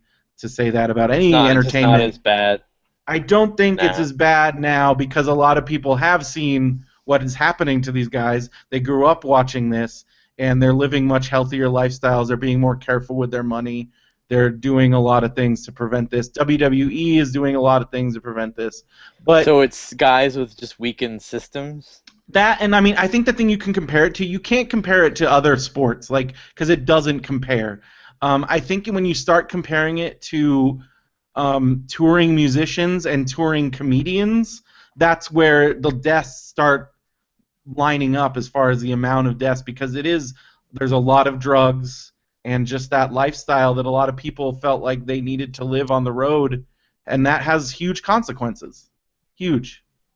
And So you're not saying that they're living that way now, but they're just a lot of people catching up with aren't. them?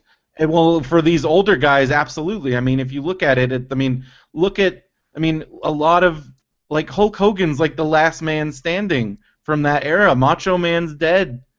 Roddy Piper's dead. Ultimate Warrior's dead.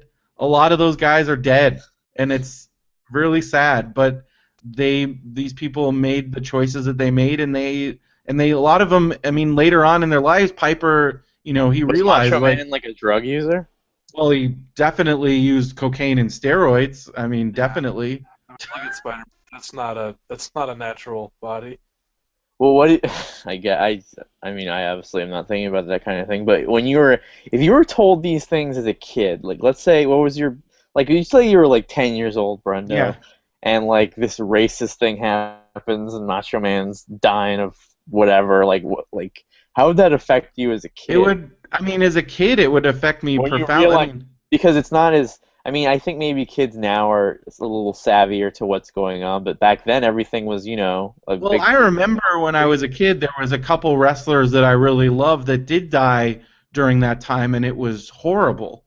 Did you know Like, why they did, or did you at the just know that they time, I mean, died? we didn't have all the details that we did. Like, well, I remember, the ones that died when I was younger that I remembered that were horrible were not, because the steroid-related deaths did not start happening until, like, I was in high school and college. But when I was a kid, we had things like this wrestler Bruiser Brody, who was one that I liked a lot when I was a kid. He was murdered in Puerto Rico when he was wrestling by another wrestler. And, like, I remember when that happened when I was a kid. In the ring, or like off ring? No, like in the locker room. Or like over a fight or something? Nobody knows what. There's a lot of conflicting stories about what happened. Man, I don't know why anybody And goes to Mexico, man. Mexico's so scary. This was Puerto Rico, but Oh, sorry. That seems like a better place. well, it's still like, so again, like, all I knew was, like, this wrestler got killed, and I was horrified because he was one of my favorites when I was younger, and then another one that happened was, like, Junkyard Dog died. He crashed his car because he fell asleep at the wheel because he had health problems, and The only that thing I was could very think of sad. that is like, Andre died when I was like 12. what did he die of? Well, he died of the condition that he was born with. He just got too big. I think it was a heart attack technically. Yeah. But it was like, it was just. Because his body That kept is- growing. His body never stopped growing, but his heart stayed the same size. So at a certain point, his heart just could not keep up with the rest of his body. The only thing And- comparable is that Pee Wee went down in his prime. Yeah. But if you can imagine, like, these days, there would be like 5 Pee Wees in Yeah. a year that would go down the same So, way. so what you can compare it to, though, is like actors and comedians who struggle. Like, because I mean, you just think about, like, in the recent years, you had like Philip Seymour Hoffman, Robin Williams, those kind of things, and then comedians. Lots of comics die well before their time, and like, you got your Kinnisons and Belushis and some live Farleys too long. And then and the same thing with wrestlers, like, and they don't stop. And that's the other thing, is like, because it's such a specific lifestyle, and they don't know how to do anything else. I mean, one of the most telling things, so just recently there was this wrestler, his name's Virgil. A lot of people know about him because he's always Lonely Virgil. He's like by He was the himself one at that yelled at you. Comic-Con.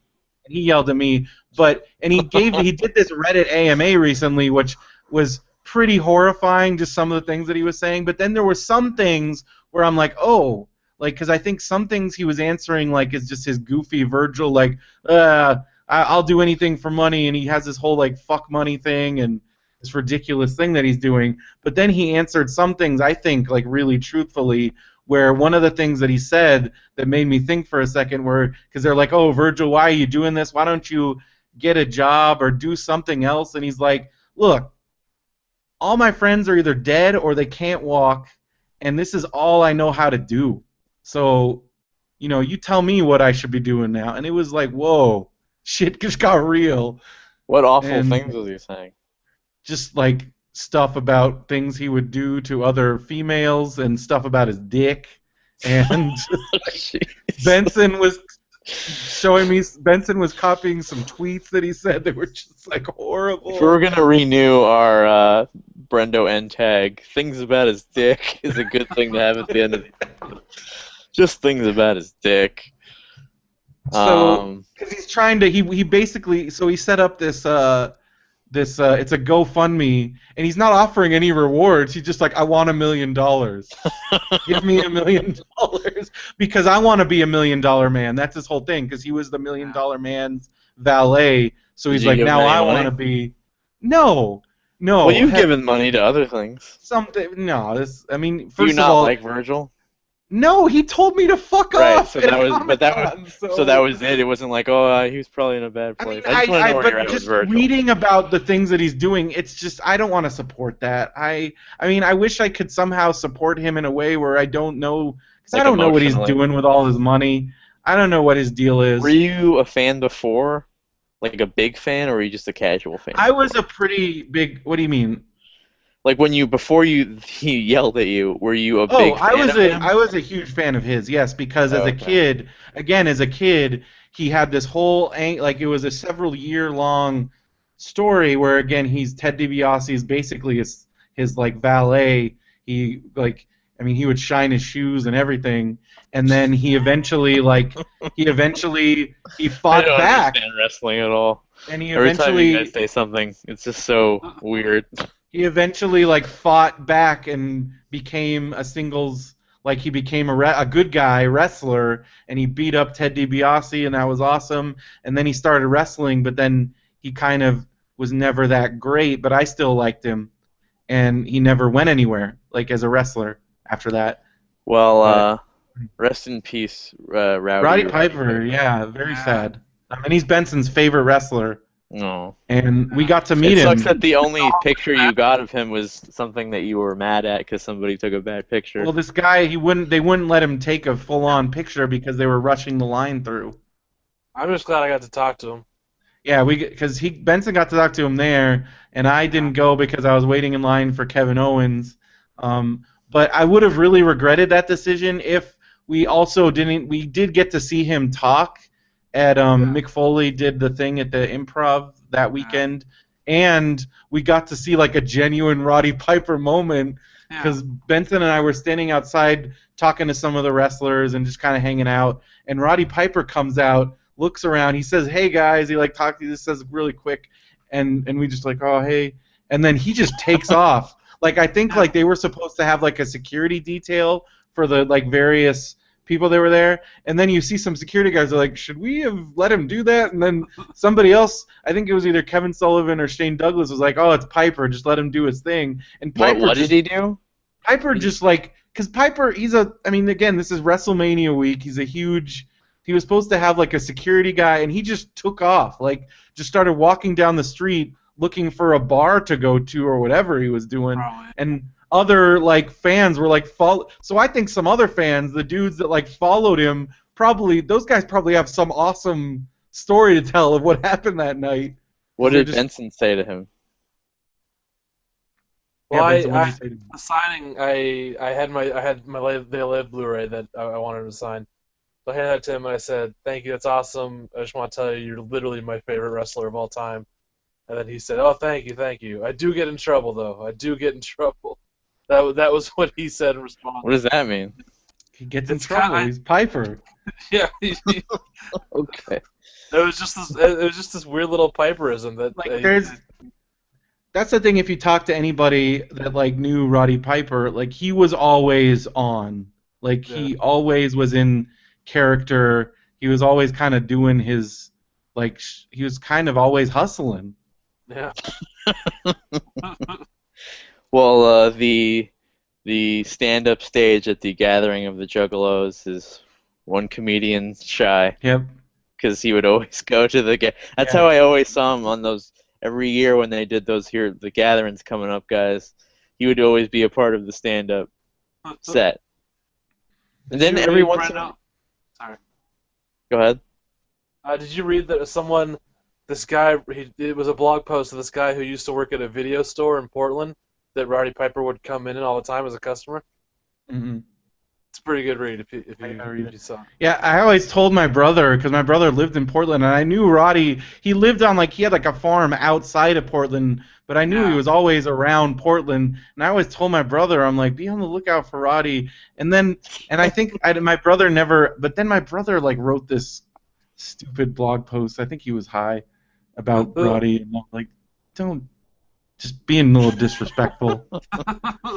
So I'm My like, come Roddy is Rod Roddy from The Price is Right. on. Also, rest in peace. Yeah, he died of breast cancer. That's horrible. Remember that? Yeah. And then I was looking this The up new 'cause- guy's all right.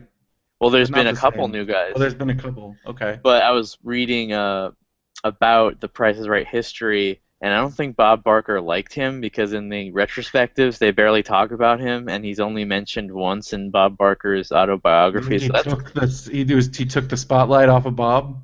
I don't know. I don't know Hmm. what went on, but that's sad, We need somebody to make the Rod Roddy story. right? Because he would always wear those shiny. He was Those wrestler-esque. suits, yeah, those suits, the Yeah, real those shiny. suits. Yeah. Although out of this, somebody, Marty DeRosa did tweet something that I didn't know existed, so I watched Who's that? it. Well, he's a comedian who also likes wrestling, but he tweeted a link to a YouTube of the pilot.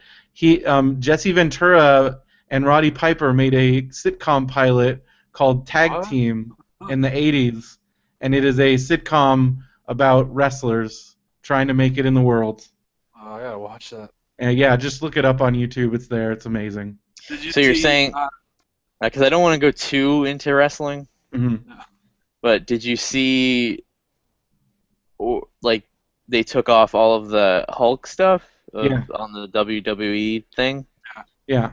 Like the cartoons and They stuff? took off the cartoon. I was really kind of upset because I had just started watching it, and it's nuts. That cartoon is crazy. And I was really getting into it, and now it's gone. And you got a job. Everybody moved on. You got a job. Hulk Yeah. moved on to the new thing. And just on to the next. You gotta. That's how you gotta live, man. All right, on to the next disaster. I don't know if any of you guys saw it this weekend, but Fantastic Four came out. I did It's see all it. right. I I've saw it been. last The night. numbers are not good. But it's kind of frustrating. I'm going to attempt to explain my feelings out loud. Okay. I About a read your movie like review. I thought Fantastic Four coming out. I really appreciated your review of it. I First think of you gave all, it a fair shake. I confused people by saying I gave it 4 half stars. Yeah. And people thought, and I have so many typos in my reviews that they thought I gave it 4 stars. I got that right away, and I thought it was clever. I was one of the dumb ones. I thought you were giving it 4.5 stars. No. If a lot of people thought that, then I was the dumb one. You can correct me if you want, Benson. I thought it was. I got the joke because it's four Fantastic Four. Right.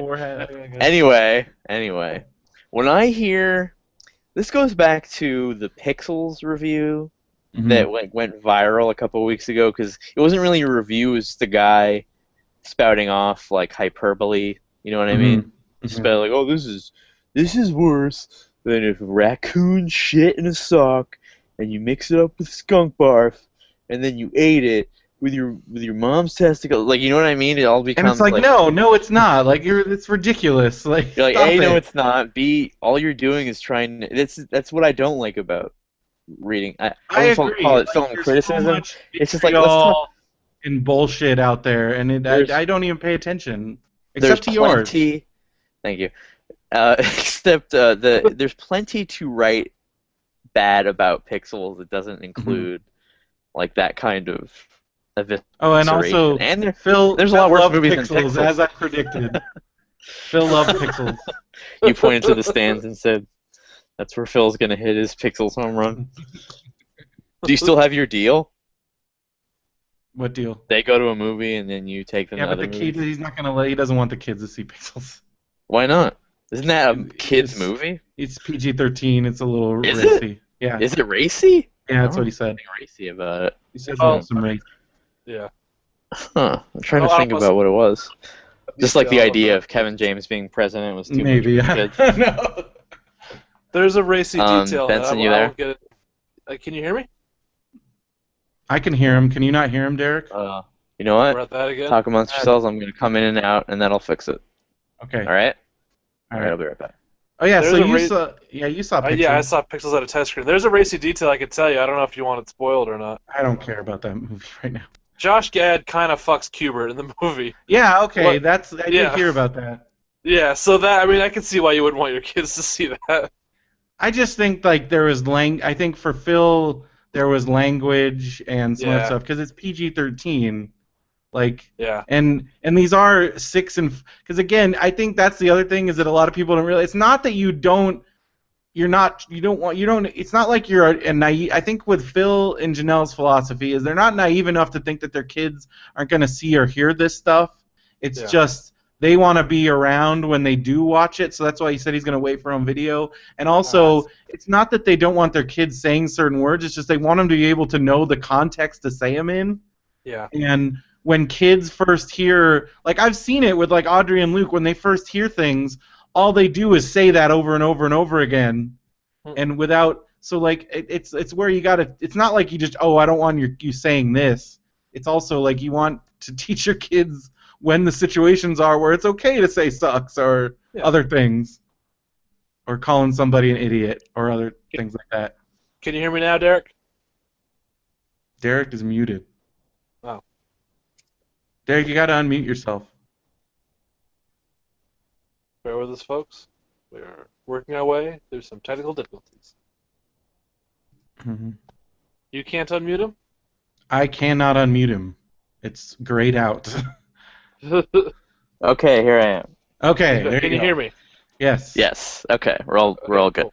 We're All all right. good. But anyway, back to Fantastic Four. If I'm not Yeah. interrupting something that you were talking about. No, we were just talking about when Pixels.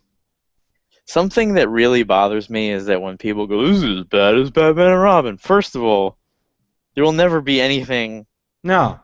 as bad as the unique folly that was Batman and Yeah. Robin. It's because it's not just the movie, the quality, like the things in the movie itself. It's also the circumstances and It is a just perfect that whole storm. situation. Yeah. And you can't just be like, oh, like, yeah, I don't think people understand that when we talk about how bad certain things are. It's not just, oh, this movie, like the things that happened in this movie were bad. It's not just that. And there's a level of camp involved, and Yes. there's a 90s cheese to it. With Fantastic Four, there's nothing like laughable about it. It's just Mhm. like a movie clearly in 40 minutes into it, Fox decided to can everything about it and then reshoot everything. So Mhm. maybe like to And you pick up can the tell- action. Because you Right. said in your reviews you could tell where the reshoots were. Yeah, every I mean, time Kate there's- Mara's in a wig, that was filmed in April. There's also a literal, I mean, there's a break where they do 1 year later, and it's clear that. That is the weirdest thing I've ever seen because Yeah. they do. So I don't want to spoil too much about it, but they get their powers. Reed escapes, and the Thing is mad because they're friends, and he's like, "What are you doing?" And it's like people said body horror in describing it a lot. I guess he's like stuck in a rock, like trying to get out of a. He's like a rock person, but he's in a giant rock, and he's like, "Help me!" And it is kind of weird. But he feels betrayed by Reed, and then it does the 1 year later tag, and it's like, oh, we've trained these people to fight for the army. And the funny thing is, the Thing is in a covert ops unit, and it shows him like throwing tanks at people. I'm like, how covert is that? Like I think it wouldn't take too long before like whatever enemies like, yeah, they got a giant dude throwing tanks around. Watch out for that dude. But like they've already learned like they know their powers at that point, and it's like you've robbed us of what origin movies are all about, Charlie Brown. So at that point, I mean, I don't know what it was that they cut out. Clearly not punchy enough for them, because it was a lot of action sequences after that 40-minute mark that meant nothing, and like Doctor Doom shows it, who looks like what's his name, Dolph Lundgren in I Come in Peace. It Oh, reminded me of that. yeah. So if you like 80s slasher, you may like the new Doctor Doom. But they gave him head exploding powers for some reason. Like he's escaping the facility, and he's just looking at people and making their heads explode. What the fuck? And like, how do you beat that? And then how do you not use that when the people try to fight you? They don't really explain it. But then there's like a big action sequence where they fight him, but it doesn't mean any, like, why does I mean, you have to watch the movie, but like he's friends with him at a certain point, and then you're like, why is he all of a sudden mad? Why is he trying to destroy humans? Why is he so angry? And it's obviously very quickly like written to make an action sequence for. But it's like the first half is watchable. Benson, what do you think? Benson? You don't hear him either? Nope. Well, you can come in and out. What else can I say about it until Benson comes back? The cast is like, well, I love the cast. Yeah. Miles What are your Teller, thoughts on Kate Mara's wig? Well, there was the whole thing with Josh Trank tweeting out like basically an apology for the movie, like right before the movie came out. Not an apology. He was like, it wasn't me, it was them.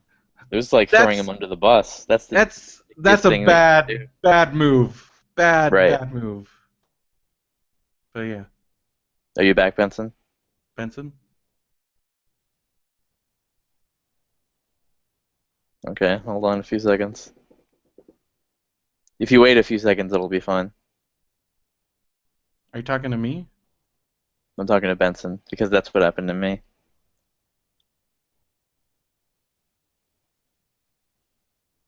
All right, well, Sorry, everybody. we're doing dead air here, so...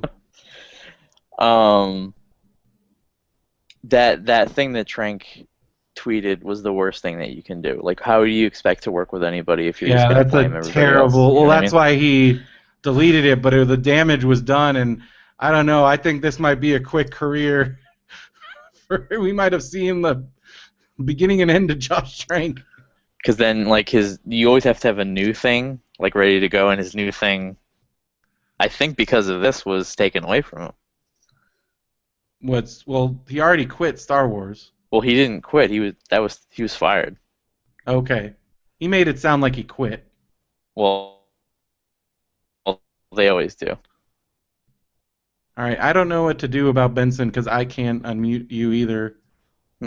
So I think you can't hit you have to hit the unmute and then like let it do its thing. Because after a few seconds, yeah, sorry about that, but after a few seconds, it let me unmute. I'm just gonna turn off that setting. I turn it on because to prevent jackasses. Other people, yeah. But at some point, if it's inconveniencing us, then okay. So Benson, leave and come out, and then you should be fine. But what else was I gonna say? I had the thought. So what do you think of Josh Trank? I mean, like, where did he go from here? Nowhere. Maybe. It kind of sucks because the first half of his movie was fine, and if they probably would have let it. It does sound like there was a lot of studio interference. And then to me, I mean, I'm in the definite minority. Like, I would see anything called Fantastic Four. Mm-hmm. Like, I would give it a chance. At like, this I don't. point, though, I mean, they're 0 for 3. But I've never avoided something because it got bad press. Mm-hmm. Now it looks like you're muting and unmuting yourself, Benson. Can you hear me now? Yes. What did you think of Fantastic Four? God damn it. Did not care for it. Thought it was bad. The whole thing? Yeah, I mean, it definitely gets worse once it hits that 40-minute mark and things go crazy, but I didn't care for the first 40 minutes either. Oh, I have something to say about it. This is what I was going to say about it. It's, like, oddly sexist. Yeah? Did you pick that up? Hey, they don't let Sue go to the planet to get the power. Because as you said, they're afraid they'll get cooties in the machine. And, like, she gets it when they come back, like, a wave of power hits her. Yeah, that didn't make any goddamn sense. And early on, she was like, well, you calibrate the machine, I'll make the clothes. Yeah. It's like that. Yeah. That was really Yeah. weird. I don't know if you talked about it's clobbering time. That was weird too. You That know where really the bothered thing? me. You know where the Mhm. thing got that? Hmm. It's what his brother used to say before he hit him. Yeah. They gave it a fun catchphrase, a dark, gritty origin. That's horrible. Why would you do that? Because now when I think about it, now when we think about that, we're gonna think about him getting beat up by his brother. Yeah, it's Well, awful. he should have like- sullenly explained that right before he punched Doctor Doom into a ray. He's like, "That's what my brother used to say to me. Now I'm taking it back." Take him Yeah, the back. thing is, like, especially, I mean, that first, he's barely in the movie. That really, Ben Grimm is barely in the movie. That really bothered me. Have you read the Ultimate Comics? Because I read kind pieces of them. I don't really like I didn't really like that take on them in the comics either, though. To be fair, so I mean, I read a few of them and then kind of dropped it off. like they don't know what to do with Ben Grimm ever. It's like he's just the guy that goes with them. Yeah. Mm-hmm. But in the last movie, which I watched right after this one, he's like an astronaut with him, and it's like the same amount of bad good. Like the cast is fine, but then after they get their powers like 10 minutes into the movie, and they don't know what to do with them after that. There's an amazing moment where the Thing is helping a guy who is gonna jump off a bridge, and there's a big Mhm. crowd, and they don't know what to do with Invisible Girl, so they're like, "I can't get through this crowd." She's like, "If you go invisible, then you can get through the crowd," which that doesn't make any sense. No. Because she's still a physical being, and she's like, okay, and so it's a chance for her to get naked, and then she goes through the crowd, and then they're already on the other side, like they're waiting for her at the other end. I did kind of like the Doctor Doom as like this '80s villain, like a Cobra Kai kind of thing, where he's like all slick and stuff. But like his power was that they gave him. I don't know how familiar you are with the old movie Brenda, but they gave him a metal. That was his Yeah. power. He got metal body. And then he put on a metal mask to cover his metal face. I don't know. Chris Evans was good. Yeah. I miss him. Maria Menounos was good. She favorited my tweet. I'm like, you're the best part of this thing. Do you remember the ads for that, Brendo? No.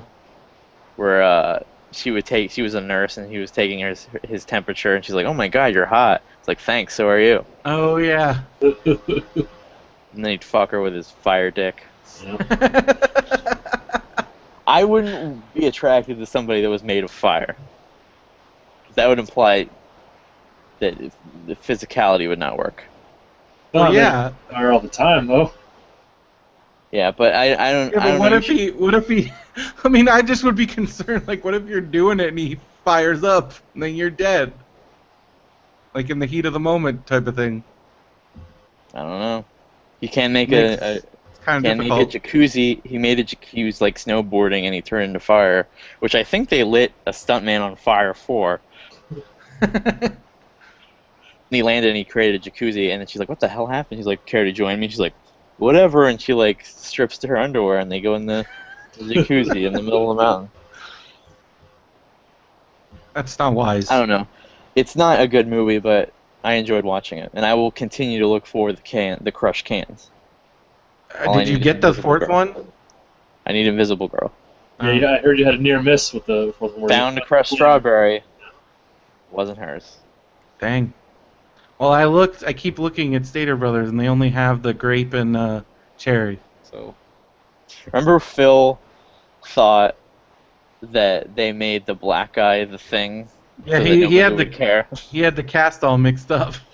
He's like, well, they can make the black guy the Thing so that nobody complains. I'm like, Phil, Hulk, now you.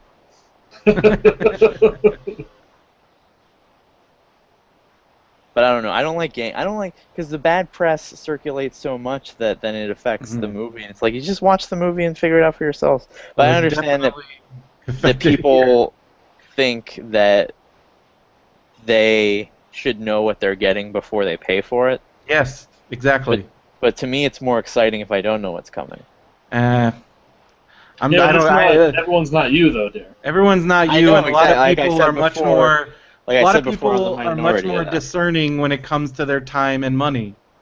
Both of which like you're giving up for watching a shitty movie, and I don't see the point in that. You're I mean, like a yes, guy with like a how are you music supposed to know geek, for or if sure you're a that it's movie geek, shitty? you like, yeah, you like mining through, I do, you know. but not when it comes to movies. So these days, especially, I don't take as many chances in the theater because I already don't really like the You're already theater backed up, anymore. Oh, I'm super and you're backed up backed up. now. I have a big list of things I need to see, but that won't happen until next Friday. Um, so that's when I get paid. I mean, Ant-Man's probably number one on my list, but I also got to see Trainwreck and bunch of stuff. I mean, I got now. I probably will get to go to. I mean, I got to see Jurassic World, so those are like my top three, and then I want to see Spy, but that's at the Dollar Theater. Um, and I want to go with Phil to see Mad Max at the Dollar Theater. I've already seen Mad Max, but I want Phil to go see it. But, And I'll ask you guys as impartial, uh, to what I'm asking. Is it like I feel bad for Fantastic Four? Is that weird of me? yeah, No, I think that's normal. I could, I think it's fine, but in this case, if it does bad, that's a much better chance of it going back to Marvel. Um, that's always. I mean, there's no precedent for this kind of thing. I mean, I guess Sony gave Spider-Man to Spider-Man, they Marvel got after Punisher that, back, yeah.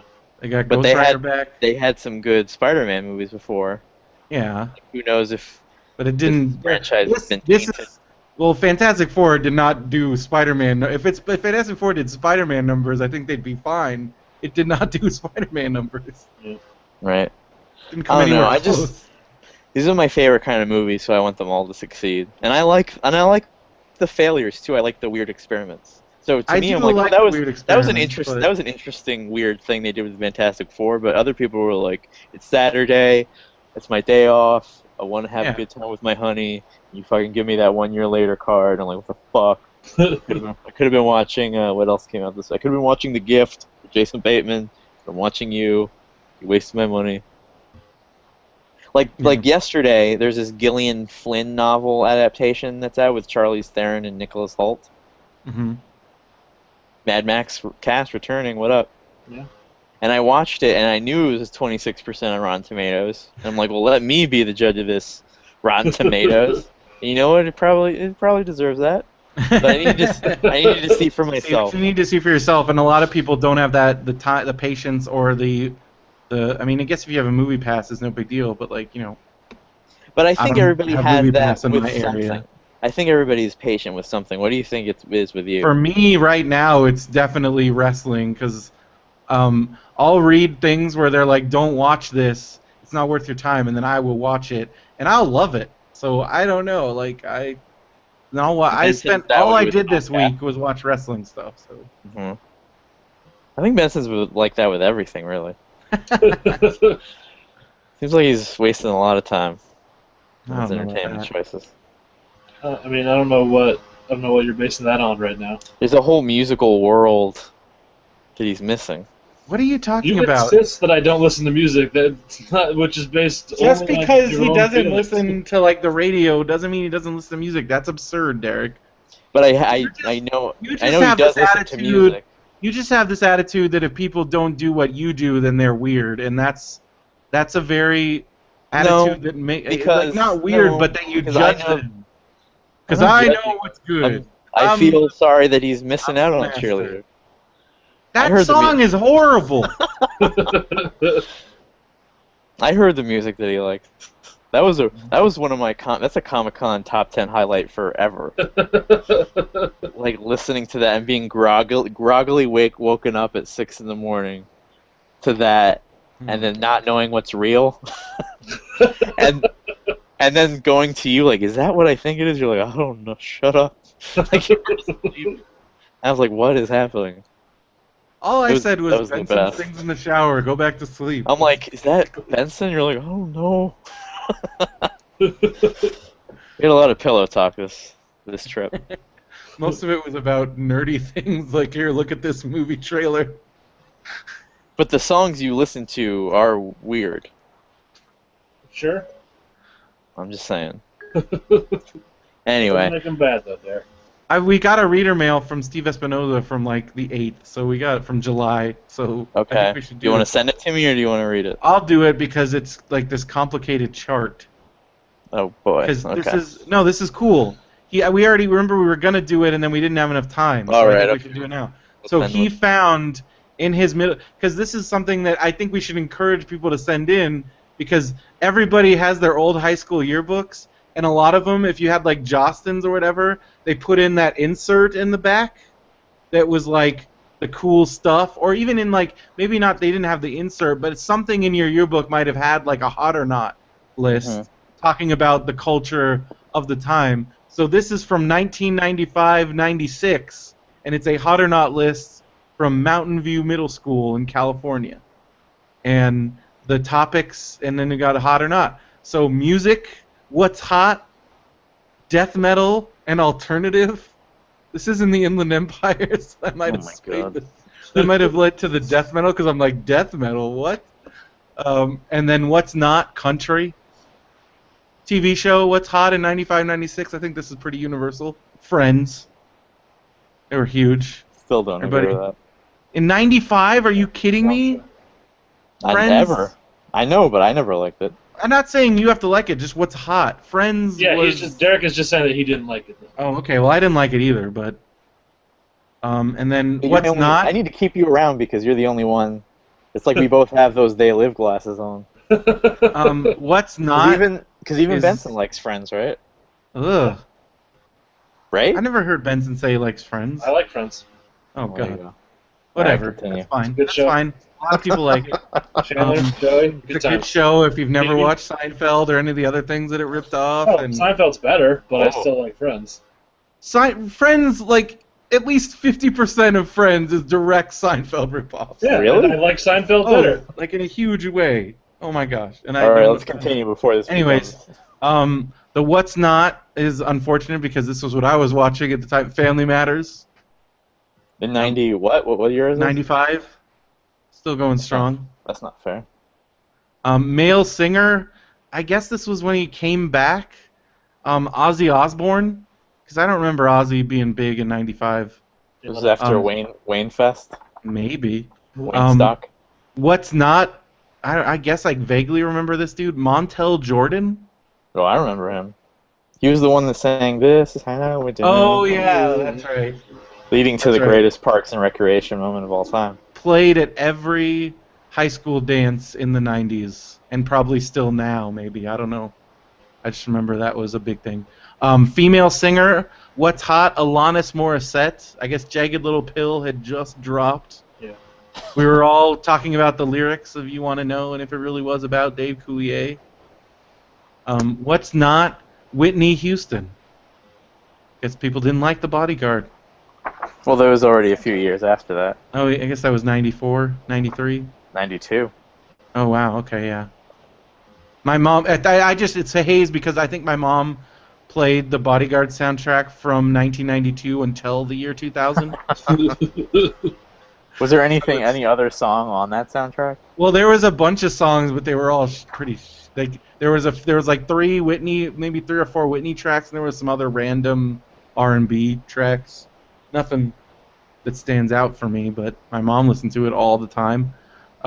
Male actor Antonio Banderas. Number 1. And then this is interesting for what's not Brad Pitt. Ooh. Not hot. in Well, this was his 95. 12 pull the Monkeys plug, period. guys. 12 Monkeys phase, I guess. They didn't like that. No. They didn't like his experimental. Well, that was also 95 was A River Runs Through It. Not A River Runs Through It. What's the one with Legends of the Fall. Legends of the Fall? That's what it was. Because I watched that on a plane. That's what we watched on the way when we flew to London in the summer of '95. When I flew to London, and I did not like that movie. It was boring. And then like weird, because I remember what's his face, Anthony Hopkins. His character had like a stroke, so he has like weird stroke victim Anthony Hopkins, and he's doing like all this like weird mumbling. It was weird. And I think in that movie Brad Pitt fights a bear. I could be wrong, but I vaguely remember that. Female actor, Instead of actress, it says female actor.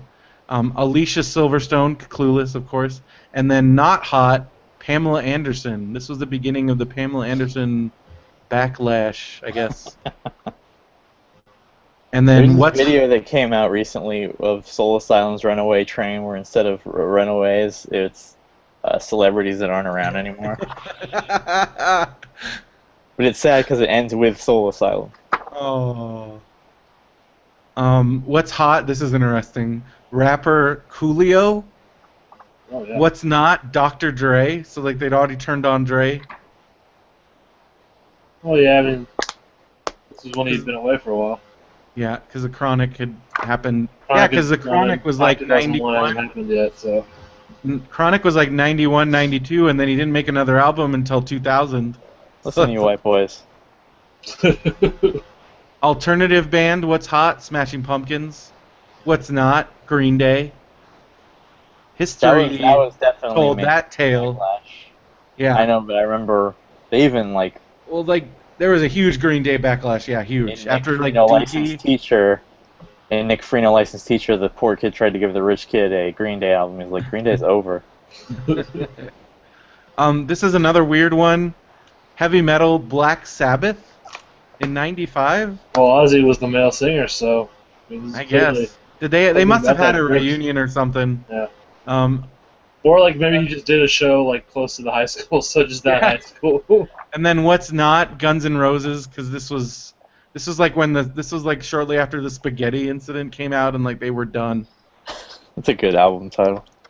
It's a weird. It's the spaghetti incident. I think there's a question mark at the end, and it was Nothing's mostly better like covers. than my punk band name. My band name. Do you remember what it was? It was contributing to the delinquency of a minor. Yep. Got to figure out what I play in that band. Then rap group, Bone Thugs and Harmony. What's not? Run DMC. Hmm. I mean, in '95, yeah, I guess. Because it's like that hadn't come out yet. That happened. Run DMC's comeback happened in like '96, '97. Classic rock. What's hot? Iron Butterfly. Sure.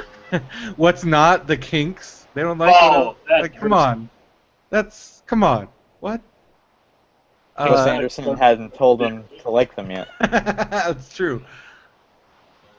What's hot is clothes, baggy, and retro. Okay. And what's not is 70s and bell bottoms. Those bell bottoms are baggy, and '70s were retro in the '90s. Those Yeah. both mean the same thing. It's the same thing. That's weird. What's hot? Shoes, Airwalks, Vans, Fila, Nike. What's not? Imitations. Oh. What did you wear? Brand. I wore skate shoes. Like I think it was mostly Vans, and I think at that time Etnies came out. They're pretty big. That's what I wore. I had a pair of Vans slip-ons that had Darth Vader on them. Nice. Ruled that school. And then movies. What's hot? Ace Ventura: When Nature Calls is hot. Time told on that one. Yeah. Not hot. Pocahontas. Which I'm gonna have to agree with that because that was the end of my like really loving everything that Disney came out with. I thought it was boring. Well, is that it? Brenda, is that it? Uh-oh. Uh-oh. We got two Brendas. We got dueling All right. Brendas. Sorry, Oh, there he something is. just There he freaked is. out. There we There are. it is. Is that Hello. Yeah. No. So we said Pocahontas was not hot. Did you get that? it? Yeah. All right. Radio station. So you guys are from the area, so you'll It's getting understand these. a little too local. The Beat. I don't know what that is. K And the fuck. K-Rock and KLOS are hot. And considering not- that multiple radio stations have changed formats since then, I have no idea what the K-Rock hell the hasn't. beat is. But I don't know what the Beat is yet. KLOS and K-Rock are still there. Yeah. And then this is interesting because I think most people that do listen to the radio in LA probably listen to this station. What's not is KISS FM. That was always hot. Yeah. I didn't realize how bawdy the Rick D show was until I was much older. My mom would listen to that. Remember we got- Spousal Arousal? Where the part of the game was that you had to, in order to win like concert tickets or something, you had to call your spouse and you had 2 minutes or 3 minutes to get them to come home Whoa. for sex. And of course, it was, broadcast. I mean, he doesn't know he's being maybe it's illegal now, but like I think now, from what I've heard, because I talked to Ralph about this, all so-called prank calls that you hear on the radio are fake. Every single one of them. There's been way too many lawsuits, and the FCC clamped down. so even like something like that was probably fake. No, I think if it's like their call, I think a lot of now probably, but then I don't think so. Yeah, but that was Rick D's back then. While you were looking through that, We got I two pulled- more things. Okay, go ahead. Hobbies. No, sports. Football and skateboarding are hot. Not hot, ice skating. Nancy Kerrigan just ruined it. That whole thing. Maybe people turned them off. Hobbies, what's hot? Hiking, relaxing at home. What's not? Crochet and stamp collecting. Not hot. I was a Let's get some stamp easy collector targets. You were a stamp collector there? for a time. I guess I didn't really. I just bought ones that had like cartoons on it. You sounded like, were you? What? Were you Oh, a stamp no, I was collector? not. Oh. Was I like, oh, collected stamps. Did I find another stamp collecting buddy? I was a hardcore stamp collector for a while. My dad. Like, Well, we were. This is pretty typical. We were at the book fair, and I didn't want a book. I wanted like something cool, and the only one thing I could find that was not a book was like a stamp collecting kit at the book fair. That had the old stamps already in it. Yeah, it had the old stamps what I and like, had. and then I got into it from there. I remember I ended up getting sucked into some mail order scam because I ordered some like a free trial. I didn't, again, I was like 9, so I didn't know like that like a lot of these things by mail are just giant scams. So I did this thing where I'm like, yeah, I'd like free stuff, because they're like, would you like free stamps? Send away. And then it turned out to be like a stamp of the month club, and they just kept sending you stuff every month. And before I knew it, my mom like looked through my mail, and I had like a bill for like $50. And she's like, Brendan, what have you been doing? You're a troublemaker. Stamps. You cost her Oh, money. I did a lot of stuff to cost my parents money. I signed up for Columbia House and BMG Music Group more than once. I signed up for magazine subscriptions trying to enter the Publishers Clearinghouse. Like we But got. you couldn't win anyway because you were probably too young. Yeah, and there was this baseball magazine that I signed up for that I swear we got for like 10 years that they could never unsubscribe from because of that. One time I used to get the Boys Life magazine. I just loved mail and like getting stuff in the mail. And so I was a Boy Scout, and if you were a Boy Scout, you got the Boys Life magazine, and in the back there was all the like you could send away for catalogs. And so I filled out every single one and had them send catalogs. And I got catalogs from places well into high school, like forever. It was great. You're My probably mom drove my mom crazy. Probably knee deep in hinges if you're a stamp collector. Oh yeah, I had like boxes of stuff like stamp hinges, and remember I would collect people's mail, like I would go around the neighborhood asking for old mail, and I would even steam off the stamps. Like my dad taught me how to do that.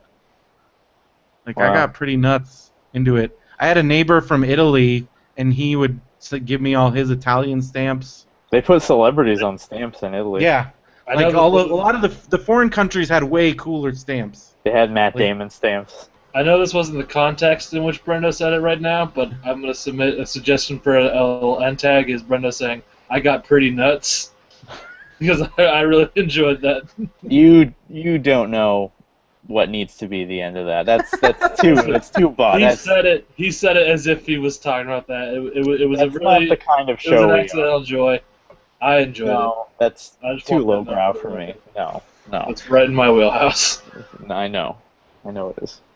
Anyway, while you were thumbing through that, Man, I had like 5 different things to talk about while you were on that rant, and I was like, but no, but I like there's so like you brought up so much stuff, and now I don't remember it. But what I do remember is while you were reading off that yearbook thing, I dug up my senior yearbook. That was within arm's length, and they don't have a hot or not, but they do have a timeline of key events from my senior year, 2003 through 2004, Mhm. and it starts off with Kobe Bryant is charged with rape. Like, why would you put that in the yearbook? Our 95 yearbook in the news section is like a giant picture of OJ. Well, I guess that was national news. I guess it's the same thing. It's just weird to start off with that. Yeah. Then there's the California recall. Oh, wow. Atkins dies. Remember when that happened? Yeah.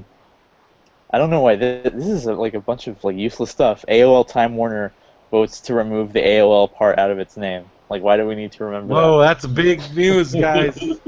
Remember when that happened, everybody?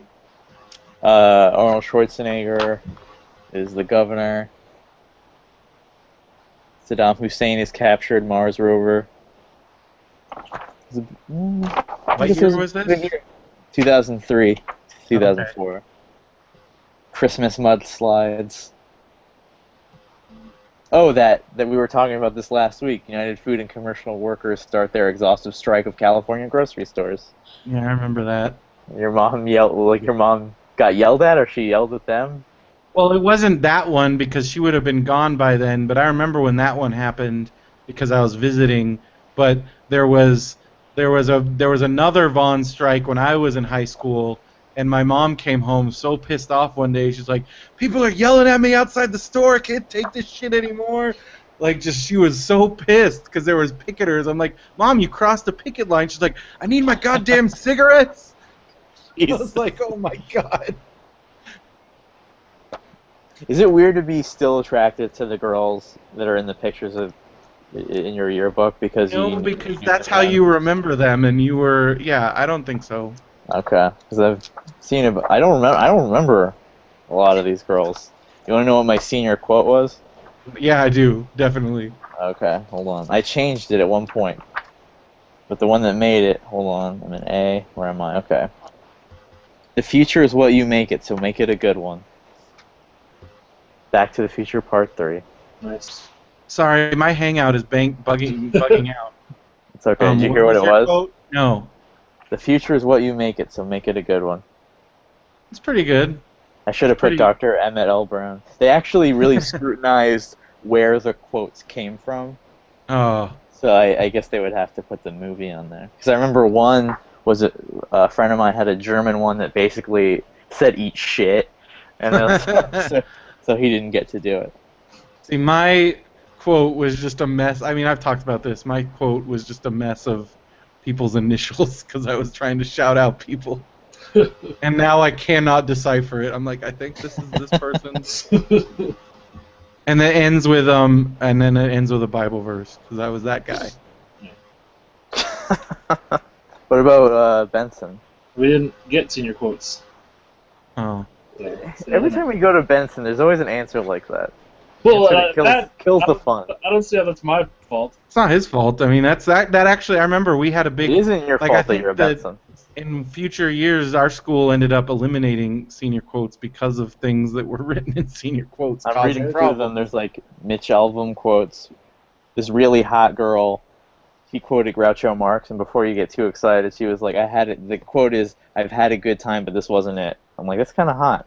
It's a little bitchy and hot. That's senior quote. Pretty good. I like that. What would you have had if you could have, Benson? I mean, I don't know. It's hard to say. I'm not a senior anymore. What do you think you would have, like, The Rock quote? No, it probably would have been some movie quote. I know at mine at the time it would have been either something from the Spice Girls or from wrestling because that was all I cared about at the time. It would have been either like a Stone Cold or something stupid, or it would have been. I had a Ginger Spice quote that I used as my email signature in college, so might have been that. I found this quote from. I found these quotes that made them appear intelligent because like people are always saying how stupid they were. So I'd find smart quotes from the Spice Girls, and one of them, I'm pretty sure she stole it from somebody else, but Jerry Halliwell in an interview said, "Your brain is like a muscle; you have to use it." And so Yeah. I quoted that Or a somebody lot. else. Yeah. This girl, I knew this girl. And the quote is, tell me what you think about this quote. I don't know the key to success, but the key to failure is not trying. It's a pretty standard quote. Yeah. Do you know Pretty- who said? You know who said that? I think that's on like one of those motivational posters somewhere. You want to take a guess at who said that? Einstein? Bill Cosby. Whoa. It is a In that context now, that's very disturbing. Everything about Bill Cosby now is disturbing. Like, She'll people are live. digging up all this old stuff. And All it's those just- old scenes where he's like, he really made like fucked a up barbecue now. sauce that made Yeah. people want to have sex. Yeah, like a lot. Even just listening to some of his old comedy bits, I'm like, he probably. And then just knowing the fact that like a lot of times, especially his old comedy stuff, like he went out and raped somebody after he did this. Yup. Like that's kind of fucked up. It ruins it. It's all ruined now. This lady, I just love seeing who the quotes are from, like Tom York, Pastor Jim. What did Pastor Jim Somebody say? quotes the family. Somebody quotes the Family Man, Vincent. Nice. You want to do something great? Let's flesh the plan. Start our lives right now, today. I don't know what the life's gonna look like, but I do know it has both of us in it, and I choose us. That's the Family Man. Yep. It's really good. I like that. Okay. There's a lot of weird movies in here. Vanilla Sky, Oh, Moulin wow. Rouge. That's not so weird. Those are pretty considering- big at the time. Let me see here. The Carpenters, 10 Things I Hate About You. Nice. Why should I live up to everyone else's expectations but my own? Wow, that really stuck with her. Forrest Gump. Ugh. The life is like a box of chocolates. That's a you're wasting a quote. That is a waste of a quote. I remember, and Come I have on. that. That's probably somebody that did it. It's like it was like the morning before. They're like, oh shit, and they just slapped that on there. I knew one that quoted Dumb and Dumber, the big gulp line. It's like big gulps, huh? Yeah, that was that Cool. was definitely somebody's senior quote in my yearbook at least. And then in 2002, somebody quoted, "You're out, Gobby, out of your mind," from Spider-Man. Mm-hmm. Yeah. That's So weird. that's not wasting it. I think that one's pretty good, as long as it's very timely. You're out, Gubby. You're out of So you got George Harrison, Thomas Edison, Helen Keller. Got a lot of Gandhi. Yeah. Oh, this Just one typical quotes Rushmore. quote. There you go. I should have knew these people that quoted these cool things. Yeah, because now you can't go back. There's a lot of Tupac, Dr. Seuss. Anyway, that seems like enough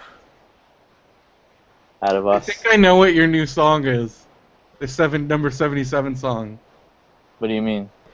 Oh, you said- don't look at it because. No, oh, I'm I just told you. trying to guess of like a song because I heard a song on the radio. I'm like, oh, if Derek isn't already jamming to this song, is it that It's a good song. is it the Americana Really? song? Oh no. Okay, have you heard that song? It seems What's like it a called? Derek jam. The New Americana, it's by some girl. No. We get high on legal marijuana. Yeah, that sounds like me, all right. No, but it's a good. I don't know. It's a silly song, but I hear it all. It's on K-Rock all the time. Anyway, Anyways. other than that, You like all I'm that- up to is You like that one other that Get High song? Which Get one? high all my life to get you off my mind. Ooh. I love when you sing the words that aren't the words, but it's like over And it. my days locked in a haze, trying to forget you, babe. Oh, now I know why you like that song. Okay. Thing I'm doing with my time is that I bought that Harry Potter set on Harry Potter's Stay birthday. high all the time. Yeah, Mister. I'm like, I don't know. It's funny that you're like. Oh, that you have a problem with that? No, I don't have a problem with that. I just thought it was interesting because Well, what is it? What's your beef? just that you were cash strapped at one point, and then you're buying Harry Potter Blu-ray. What was I cast strapped with? You had this. I don't want to get into it on the show. I mean, I don't know. You Well- sounded like you were strapped for cash. You were selling your stuff. Well, to make extra money. The Okay. income isn't as much as it used to be. Yeah, I understand that. So I just don't. Should you be- Well, this was an Amazon Hey, deal. I understand. I totally understand. I guess, because I wish I was at the point where I could still buy stuff, because I got past the point. I guess I was a little, and then I realized I'm like, well, you would do it too if you had the money, but like, because I made it past the point of where I had $0. So then I'm Right. kind of looking at other people, but then I'm like, oh, that's dumb. You shouldn't do that, because if I had, but the thing is though about that Harry Potter collection, like, I wanted all the, like, I would have bought that because I wanted that cool case and all the stuff. Right. I It's don't. only $100. But then that's just so Mark now you down have. from 300. How often are you really gonna watch all that? I'm watching it right now. Then are you ever gonna watch it again? I like the Harry Potter movies. I'll watch them again. But you don't. But the movies on Blu-ray, like, you didn't need to spend $100 on that. But you got the collection with all the extras. Are you really gonna watch all those extras? I'm watching them. But you're only gonna watch them once. That just seems a lot of money to spend. I mean, yes, you'll watch the movies, but eventually those movies are gonna be on things, and I don't know. I don't know. This I mean, I has get been it. Remorseful purchases with Brendan Creasy. But you didn't want like all the cool. I mean, I guess because it's like, what, it was like $400. That was the big box is $500. Because that was on Amazon. I remember that was on Amazon Gold Box deal one day, and I came so close to pulling the trigger, and then I'm like, I don't think I should do this. And then And I the didn't. box that I bought was $300, marked down to $100. Yeah, it's a good deal. It's And it just- was a one-day deal, and I jumped on it. I'm past like buying Blu-rays, so it's still weird to me, like, the need to buy it, spend that much money on. I mean, individually, these same special edition sets would cost like $250. Yeah, but like, I guess just because I don't watch all that stuff anymore, I don't care. Well, I'm watching them. Okay, that's good. You should be like, if people spend too much money on Amazon, a little Brendo comes down. No, because I'm the. Amazon That's the deal. other thing, though. I'd be a giant hypocrite. So I know, would but I never was do just that. interrogated. Like, are you really gonna watch those things? I just remember I was one put day through the ringer. I guess because one day I woke up and I looked in my closet and there was like 1,000 Blu-rays and DVDs, and I was just like, I haven't touched this stuff. What am I doing? And I wonder when you're gonna have that. Like, I don't know. Maybe you Well, never will. I don't really hope buy a you- lot of I hope Blu-rays. you never do, Derek. I don't buy a lot of Blu-rays, and they're my Okay. it's like Lost and this are my favorite things of all time. Yeah, And I didn't own any Harry Potter movies before that, so it's not like I'm double dipping. that's true. That's good. So did you watch them all again? Well, I'm watching them with the features and stuff. What are your thoughts? Do 1 and 2 still not hold up, like, at all? No, one's great. One's awesome. Now I'm thinking about the money because you put that into my head. I shouldn't be spending money. I'm sorry. Now I'm not going to enjoy the rest of it. I'm I sorry. enjoyed- I enjoyed 3 of them. You are better prepared for your unemployment situation than I am. Well, I didn't spend much money, but I did. Listen, we could go into my finances, sure, but I'm I fine. don't want to. I'm sorry. I'm sorry I brought that up. I'm fine for the current moment. I was just a little concerned when you did that, and then I was like, well, he just sold a bunch of his stuff, so I was like, Did I sell? I was preparing to because we can talk about that now. You said you went to Amoeba. Oh, I sold stuff that people gave me. They're like, here, get some money off of this. Oh, okay. That's what probably made you think that I was like. That's where I thought things aren't going so good with Derek. Somebody gave me a Married with Children complete series box set, Mm-hmm. like pristine and stuff. I'm like, Amoeba oh, gave you like $30. well, no, I got like 16 Wow. because you were. I'm piecing like the Brendo questioning in my mind now. You're like, what did you do? I'm like, oh, it was right before I went to your house. This is boring. For Well, because people you who were don't know. late. I was And like, you I were went to late Amoeba to because sell you went this. to You're like, Amoeba. oh, are you cash strapped? I'm like, no, somebody gave this to me, and I only had one chance to go because they're payable. Like, you should be a detective because I'm trying to remember all the details of that day. Like, I only had their resale table is only open during the day. Hmm. But, I know. I'm so it's aware. all I've that. done it. I've been there. There you go. I It's get all it. clear now? It's all clear All now? clear. Okay, great. Well, hey, if you're Speaking of listening me to selling this, our stuff, you want to speaking of own my selling our stuff? stuff, You want to own Brendo's stuff? You want to own Phil's stuff? Who else is Lindy's coming? stuff, You want to own Lindy's stuff? Where could they go? they can go to, it's at The Reef, which is a mile and a half away from the Shrine Expo Center where the comic book sci-fi convention is normally held. But it's at The Reef. If you go to comicbooksci-fi.com, you can get directions. It's on August 23rd. We're going to be there all day. We're going to be doing the live show. We're going to be giving out stickers and stuff, and we're going to be selling things. Between all of us, we got a wide range of collectibles. I think Lindy's got Disney pins and some other stuff. I've got some Buffy collectibles, some other things. Phil's got Legos, and he bought some other. He's got a Sounds like lot you of guys are going different to have the stuff. good stuff. You're gonna have some good stuff. You got toys, right? I will be selling my Harry Potter wizard collection because I now feel... I now I'm feel sorry. that I That's should why I have shouldn't purchased have. it. I apologize. I did not mean to do that because I've had people guilt trip me about stuff like That's that. fun. I didn't I mean to just do like that. how into it you got. You're immediately like, you're like, you're not even gonna watch those features, are you? I'm like, I am. And you're like, Well, when are like, you gonna watch we them watch again? them like once, and then that just seems like a lot of money to spend on something you're only gonna watch once. You might watch the movies multiple times. I mean, I don't know. I don't even know why I'm saying this stuff right now. They had a really good retrospective of all the characters and the casting. That's awesome. Might pop that back in. You got your minute? So yeah, August 23rd. Also, one other thing I want to plug is so the weekend of September 12th and 13th is Long Beach Comic Con. Phil and I will be doing a panel at Long Beach Comic Con on September 13th. I think it's at like 11. Just check the schedule. We'll be there. But also on September 12th I believe it is at 7 p.m. at Nerd Melt. Tickets are available to the first live show for our friends at the Blaze podcast. And their guest is going to be Christine Elise, which, if you're not familiar, she played Emily Valentine, Brandon's big love interest on 90210, one of the many Brandon love interests, but The many guest people's is not favorite. us, but we'll be there. Well, I'll be there. Derek, you going to be there? I'm gonna be there. Janelle's coming. I'm taking Janelle for one of her birthday presents. Does she like And 90210? she loves original, well, and new. I got her into new, and she loves that too. So she All right. loves 90210. And so I'm really excited. And Lizzie and Kat have also said there's going to be other special guests. They haven't announced that yet, but could be very exciting. And it's at Nerd Melt. Tickets are only $5. I think with the fee they're like $6. You go to 90210blaze.tumblr.com. You can buy tickets, and it's going to be September 12th. It's going to be awesome. So there's that.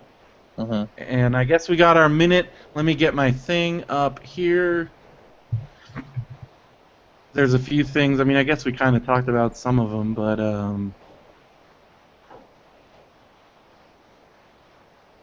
let's see. Here. When is Benson gonna do a live show? You talked Yeah. about with Lindy about that, doing that, About what? about doing live shows. I mean, yeah. Weren't we all supposed to show up to a library reading room and see if anybody, like any fans, showed up with Benview? I don't remember What? that. Maybe I That's don't know what what you're talking about. You were talking about doing some sort of Benview con, and Well, we were Lindy talking was about like- that, but Oh, we that was never. Bill's- Nothing was ever yeah. finalized. Push. But Lindy was like, maybe if we all show up at the library reading room, we could book one of those for free. We could do that, but we never actually have done it yet. There's only one library I'm going to be appearing at. Which one? That's that strip club that Benson likes to go to. But I like to go. Yeah. I've been seeing so many ads for that. Oh, and I saw Space Jam on Friday. Nice. And it was a little... it was very full, and I was like, okay, let's not laugh at how 90s this is, idiots. And they were pretty behaved until Wayne Knight pulled out a camera, and they're like, what the fuck is that? Just like a normal, like what cameras used to look like a black Yeah. brick. That they had a problem with. What the fuck? And that was the only thing, though. And let me Hey, tell I you. never asked you what One was more the thing. One more thing. audience. Go ahead. Sorry. You went to Gremlins 2 Well, and Back I'll to the say that. Future on the same day, Uh-huh. but I wanted to ask you what was the audience response when Hulk Hogan came out? Because this was right after Nobody that said a happened. thing. Nobody said a thing. That's good. But for Maybe it's Space too Jam, fresh. when Bill Murray came out to save the day at the end of the movie, it was like the roof fucking blew off the place. It was full of Bill Murray hipsters, and they were ready for Bill Murray to be in this movie, and he's good in it. Yeah. Mhm. And every line got like a huge laugh. It was fun. I don't Nice. know. I can never discern if that movie is good or bad or not because I have too much nostalgia. I think it's. I've watched it multiple times and I've enjoyed it every time. Yeah, I think it's good. I mean, I was pretty locked in because of that McDonald's promotion that they had. So Yeah, I know. maybe I'm too yeah. close to the That's what I'm material. saying. I don't know. I am. I mean, I guess we're all. I loved it as a kid. I guess we're all 'Cause too wasn't close that when here. they had the triple Big Mac? They had some special sandwich. It was either the triple Big Mac or the super. It was like a double quarter pounder with cheese. Brenda Something. remembers the food. I remember the toys. And I I loved the remember- cups. I had a bunch of the cups. Because I was a little too old at that point for McDonald's toys, so I was just excited about whatever big guy food they had. Like that the best McDonald's promotion ever was for Flintstones, the Grand Poobah meal with the McRib and oh yeah, it's the best. Anyway, All right, let's go here. We got the minute here. So are we ready? Am I just doing it? I'm wondering if there's any Good. lingering Space Jam thoughts. I think I'm good. Great soundtrack that went 6 times platinum. Until R. 6 Kelly times, peed on Brenda. somebody. Kind of ruined it. That was a the little movie bit. that started R. Kelly's career, really. Yeah, it's true. Well, that video, I mean, that I Believe I Can Fly video, that was huge. They did laugh at the beginning when it started with I Believe I Could. I'm like, no, this is actually a really poignant moment that transcends Yeah. the commercialism of this. To kids in the 90s, they loved Michael Jordan because he was like a godlike figure that inspired kids to want to be as good. And there was a commercial, Be Like Mike. Yeah. I remember that, too, very well. Like all the songs on that soundtrack are about flying because Michael Jordan was so good at Mhm. basketball that it was like he flew, like he was a He man did. that I could mean, fly. you watch some of those pictures are just insane. Could you imagine being so good at something that years after you retire, your body is still the logo of something? Yeah. As Quinn pointed out, his chat is popping up on my mobile device for some reason. I think because he's Yeah, in the mine- mobile. Mine's popping up like it is a weird separate. He says, I love Seals Fly Like an Eagle. That's a great song. That was supposed to be the big thing because he was the big thing on the soundtrack of Batman Forever. Mhm. Like, oh, we're bringing him back, and then it was eclipsed by R. Kelly, and then they put R. Yeah. Kelly on the Batman and Robin soundtrack. That's how those movies are connected. That's pretty awesome. That Kiss from a Rose is great, too. Seal's great. Makes a big comeback in Vacation. Yeah, that's what I heard. It's weird that Phil, I cannot, maybe you and Phil are from a different time. I can never guess what you guys are going to think of things. Phil loved Vacation. He loved I it. know, I don't understand. It's like a 0. Hmm. Maybe because He he's also a dad. he watched. I think for him, it's also it's a very tied close because he 'Cause loves. he's always on vacation. and- Well, also he loves all those movies. Except I mean, we talked about the second one, but he's actually come around a little bit on the second one because he recently rewatched it. Like he's watched it a bunch of times. Well, the thing about Phil is that I would understand everything he does if he did like episode 1. That's the thing that really throws the Phil equation into upheaval. It doesn't Can't make any ever sense. predict him. He's unpredictable. No. All right, let's go with your minute. All right, so as we talked about, Ready. Set. Go. So Fantastic Four went down in flames at the box office, and Josh Trank, as we also Did talked you about. write that? Yes. Little blurb. Yeah. Look at you go. And Josh Trank, it's on my notes here. Fantastic Four down in flames. Josh Trank maybe ruined his own career with the tweet heard around the world about that. Things happening on the Ghostbusters set. Bill Murray appeared on set, so it is pretty much it seems like he's going to be in the movie. It's exciting people and infuriating people. Because, well, the people that are outright set to hate this movie want to hate it purely, so by Bill Murray being in it now, they might have to give it something, and they're very upset about that. You got 10 seconds. Oh, fuck those people. and let's see, Ivan Reitman says there is only one 5, Ghostbusters movie, and Roddy Piper died, and Jon Stewart ended, and it was sad and good, and that's pretty much what happened this week.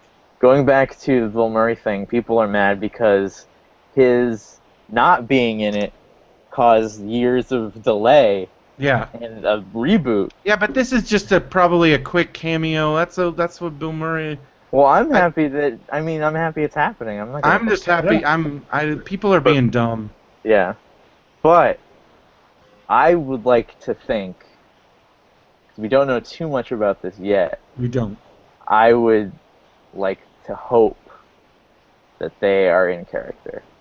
I am pretty sure they're going to be in character.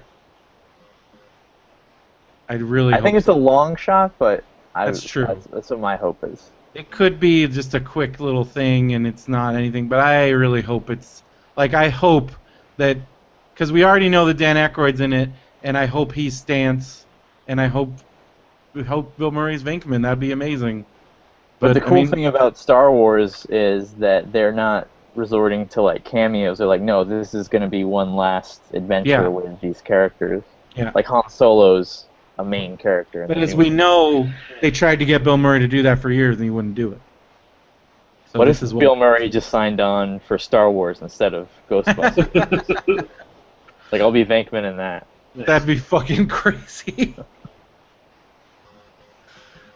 You think if Bill Murray said, I'll be Venkman in Star Wars, would Lucasfilm be like, okay? I guess. I guess the wormhole could open, yeah.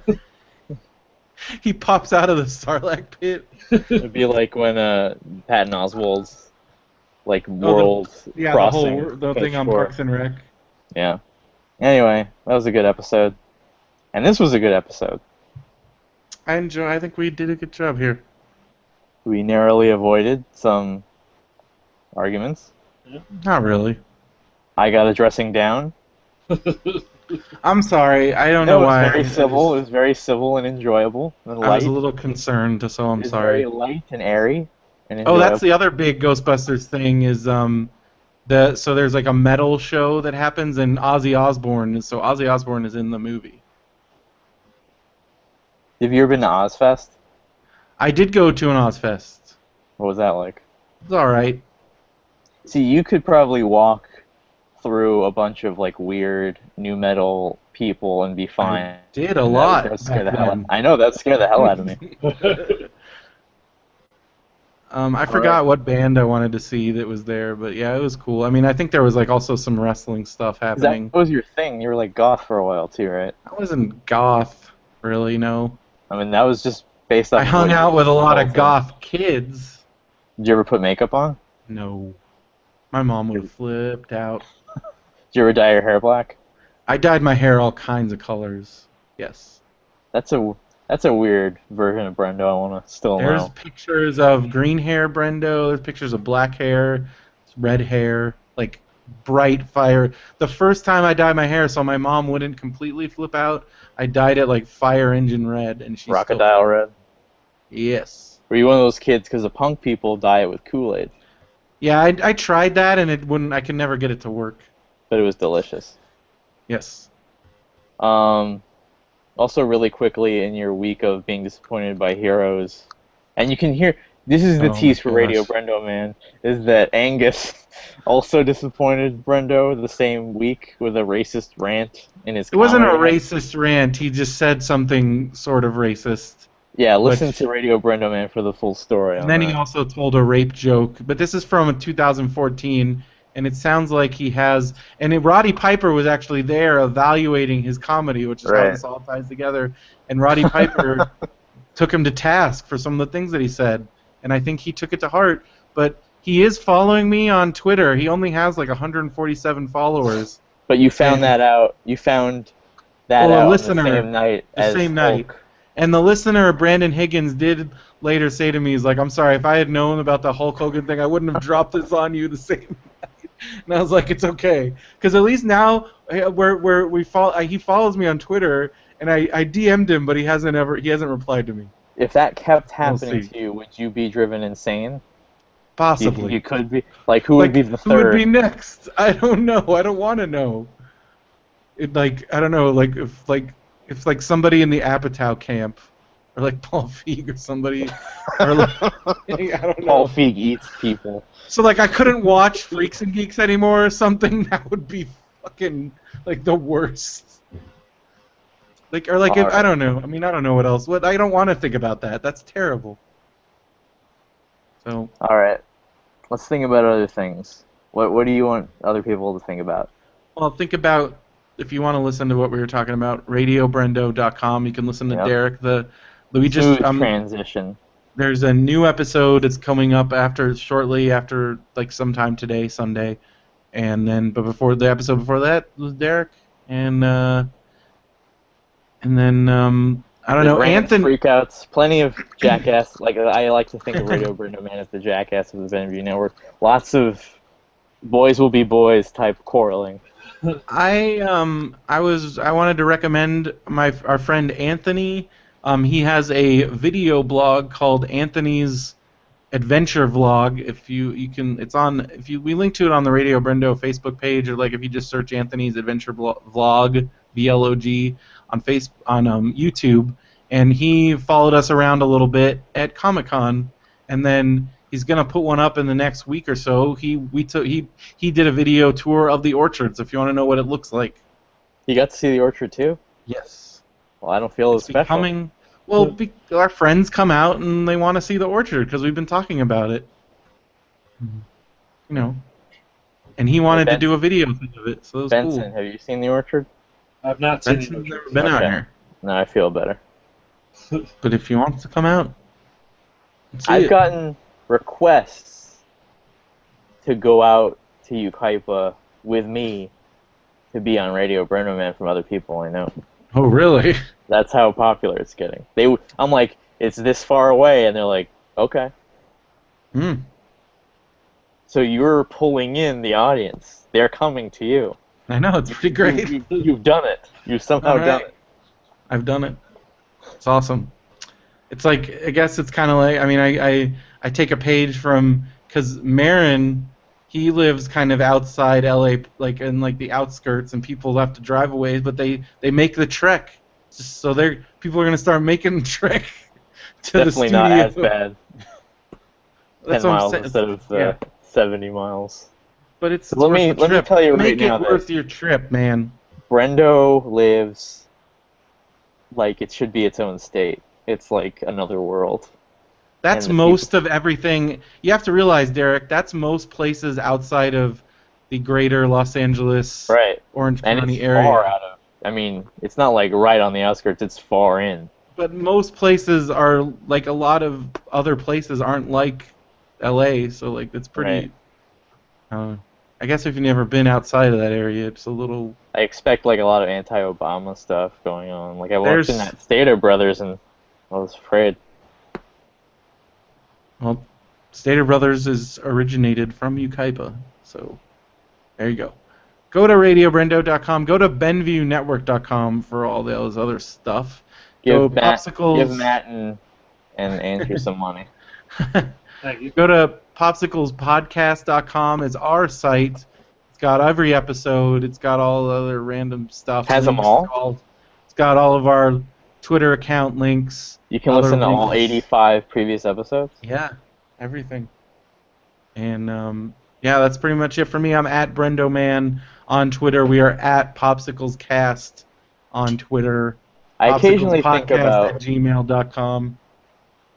I occasionally think about putting those two early episodes up that you're not on, but they are so... They're out there. I've listened to them. They're so I don't think horrendous. The second one is. They're so bad. They're pretty... They're not that good. What would you... what's a show that, the pilot has somebody, if the pilot didn't have Fonzie? It was the Happy Days episode. Well, I do, because I'm in the sound booth, so I talk a little bit. Yeah, it's like when kids are used to like when they like saw the prequels, they're used to like cartoons and like immediate action, and then they watch the old ones and they're like, where's Jar Jar and like where's this guy? It's like that, It's just a bunch of Matt being confused about everything. right?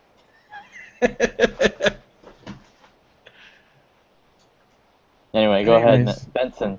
What's Benson, the least amount of money they could give to your Patreon? give Uh, $1. yeah, I mean, I don't know. I don't know if they could give like a cent. I actually don't know if that limits on it.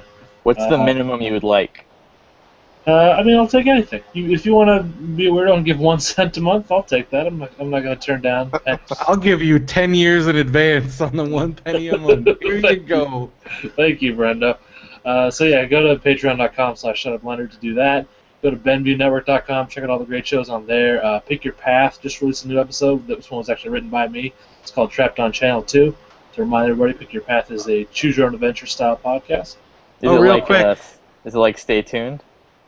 What's oh, it kind of is like Stay Tuned. Actually, I had to think for a minute to remember what Stay Tuned was, but yeah, it is kind of like Stay Tuned. That's Real interesting. quick, I have a Benview Network recommendation of my own There we go. that I was listening to today. It was on Midnight Marinara.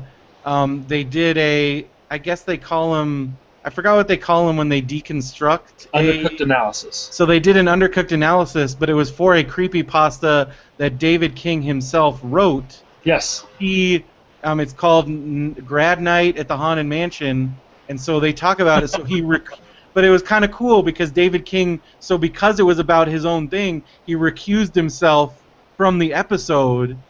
So Kayla leads the episode. It's her and some other dude. And she critiques her boyfriend's Yes, writing. it's Yeah. very entertaining. Was she harsh about it, or? Well, I didn't get that far into it, but she's fair. I'm the most fairest person of them all. If anybody needs me Of course you to are. judge, I am. I tell it like it is. And So basically, if you want somebody to shit all over your screen, I mean, if it's good, I'll say so. okay. But I'm not here to put smoke up anybody's butt. I'm the master of putting smoke up. That's true. Remember, like at one point, I was like, "Hey, I added a character named Brendo into this thing I'm writing," and you were like, "I'm already in Matt's thing." Like you're like telling me I couldn't name something. Well, Matt's thing didn't happen, so I'm all about having my character. That's what happens when you yell at people. That's cool. So listen to that, Midnight Marinara. Yeah, I really like that. I was listening just because I'm a huge Haunted Mansion, and I think Kayla's really funny. And I was thinking about that when I was at Halloween Town the other day, about you guys' obsession with that Hatbox Ghost. And I remember you yelled at me. You're like, if you were a true fan of Haunted Mansion, then you know how important this was. And then I was like, I have to look inside to myself now. I'm like, I guess I'm not a true fan because I had no idea about this Hatbox Ghost. I mean, I'm excited to see it now. But what was I missing of the years of well, you're just anticipation? missing about all the various theories and whatnot. That's pretty much it. But I just remember, even as a kid, thinking about the Hatbox Ghost. I didn't know about that. This is my burden, Brendo. I feel like I'm not even a strong enough fan of things that I'm a fan of. No, I think you're a strong fan. And I think strive everybody's to, different. Everybody has different things and the different ways they're into stuff. It's just. But I was like, and I want also, to strive to be strong. I have legitimate, like, mental health things. You have to be a little. You don't have to be crazy, but it helps. That also cause some of my huge when I again as a kid just some of the things I was obsessed with, like Ghostbusters and Haunted Do you Mansion. think like OCD plays into? It's this not kind of thing? OCD. It's partial. Because I don't have OCD. My mom does, and there was a period where they thought I did, but they kind of got me away from it, thankfully, I was on the bowl. But I think the ADHD and the borderline Asperger's Absolutely. You have Absolutely. borderline Asperger's? I've had 2 doctors say borderline. Would you say that, Benson? I don't think it. I don't. I'm That's not the a thing. doctor. That's why. Well, the No, but if reason. you, I wouldn't say, I wouldn't. That's why they won't say that I have it, because on the social side of things, well, back when I was a kid, I got like definite problem. I don't know, but like now, like the social side of things, I don't have a lot of the stuff. That's why they won't say outright. But a lot of like half of the stuff is like, yeah. What would you say, Benson? I mean, I don't know. I don't have a metric to measure it by. Like, I don't know what it means to be borderline. Let me Asperger's. look I don't know. just real quick here. I wouldn't say you do, because you're always friendly and talkative and look people in the eye. Yeah.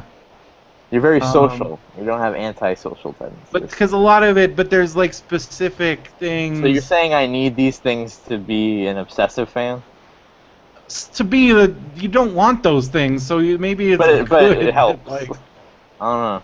I mean, yes, a lot, some of it, and then there's like just the fact that like a lot of our obsessions with things are our ways of coping.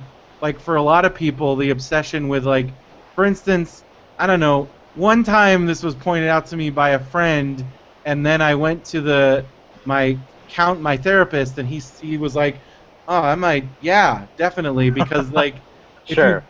because like a lot of the stuff that I'm obsessed with is stuff that like someone pointed out that like it almost seems like part of your life stopped when your dad passed away. And I think And then to you're a into degree- those things forever. and that stuff, and I'm into that stuff forever. Like I'm locked in. Like it would explain like the wrestling and some of the other stuff, and like, but then like, and then I think a lot of it is like my whole reason. I think like I was a super depressed like youth, and I spent a lot of time isolated. So because of that, I'm way into movies and video games. Like it feeds into that, you know. It's How not much- a direct correlation, but there is a lot of it that fed in to some of the things that I'm just super into.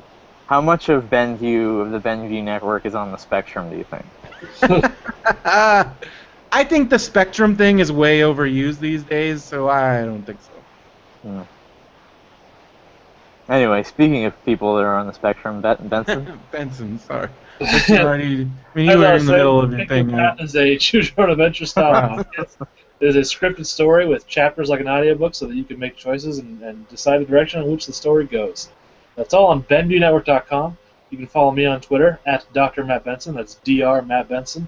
And, you know, Earlier you said you're not a doctor, but then you claim to be one on Twitter. well, I'm not a doctor of medicine, so. What He's are you a doctor of? Awesomeness. Of love? Yep, that's correct. Doctor of Love. Or whatever the thing Brenda said was, which I didn't hear. Doctor of Awesomeness. Sure, I'll take that too. Yeah, I think I said it all, plug-wise. How much, like, ideally, how much do you want people... I want a straight answer on that Patreon thing. Like, what do you think is a good amount? Like $20 a month? Total or from individual people? Individual people. I mean, 20. To be honest, if I wouldn't give $20 a month to a podcast. Like I think Stephen Day is right in that zone. $5 a month. Sounds $5. Okay. That's honest of you. Yeah. And you can catch me throwing a lot of this shade on Twitter at Derek Armijo.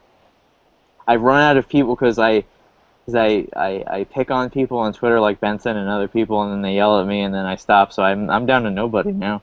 Yeah. But Benson doesn't really tweet anything weird anymore.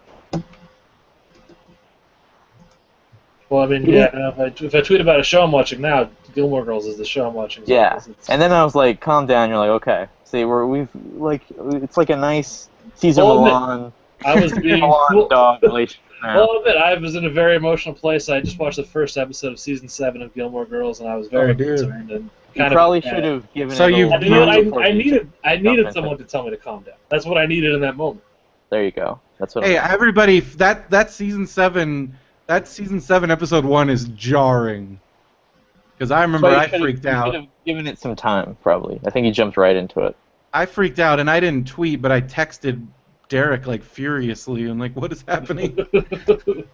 Imagine waiting a whole summer to see Oh, how Oh, that turns out. I mean, yeah, that would have been horrible. Anyway, I think that's it. all right. So remember to catch our appearance at the Reef and to go to the Blaze live show.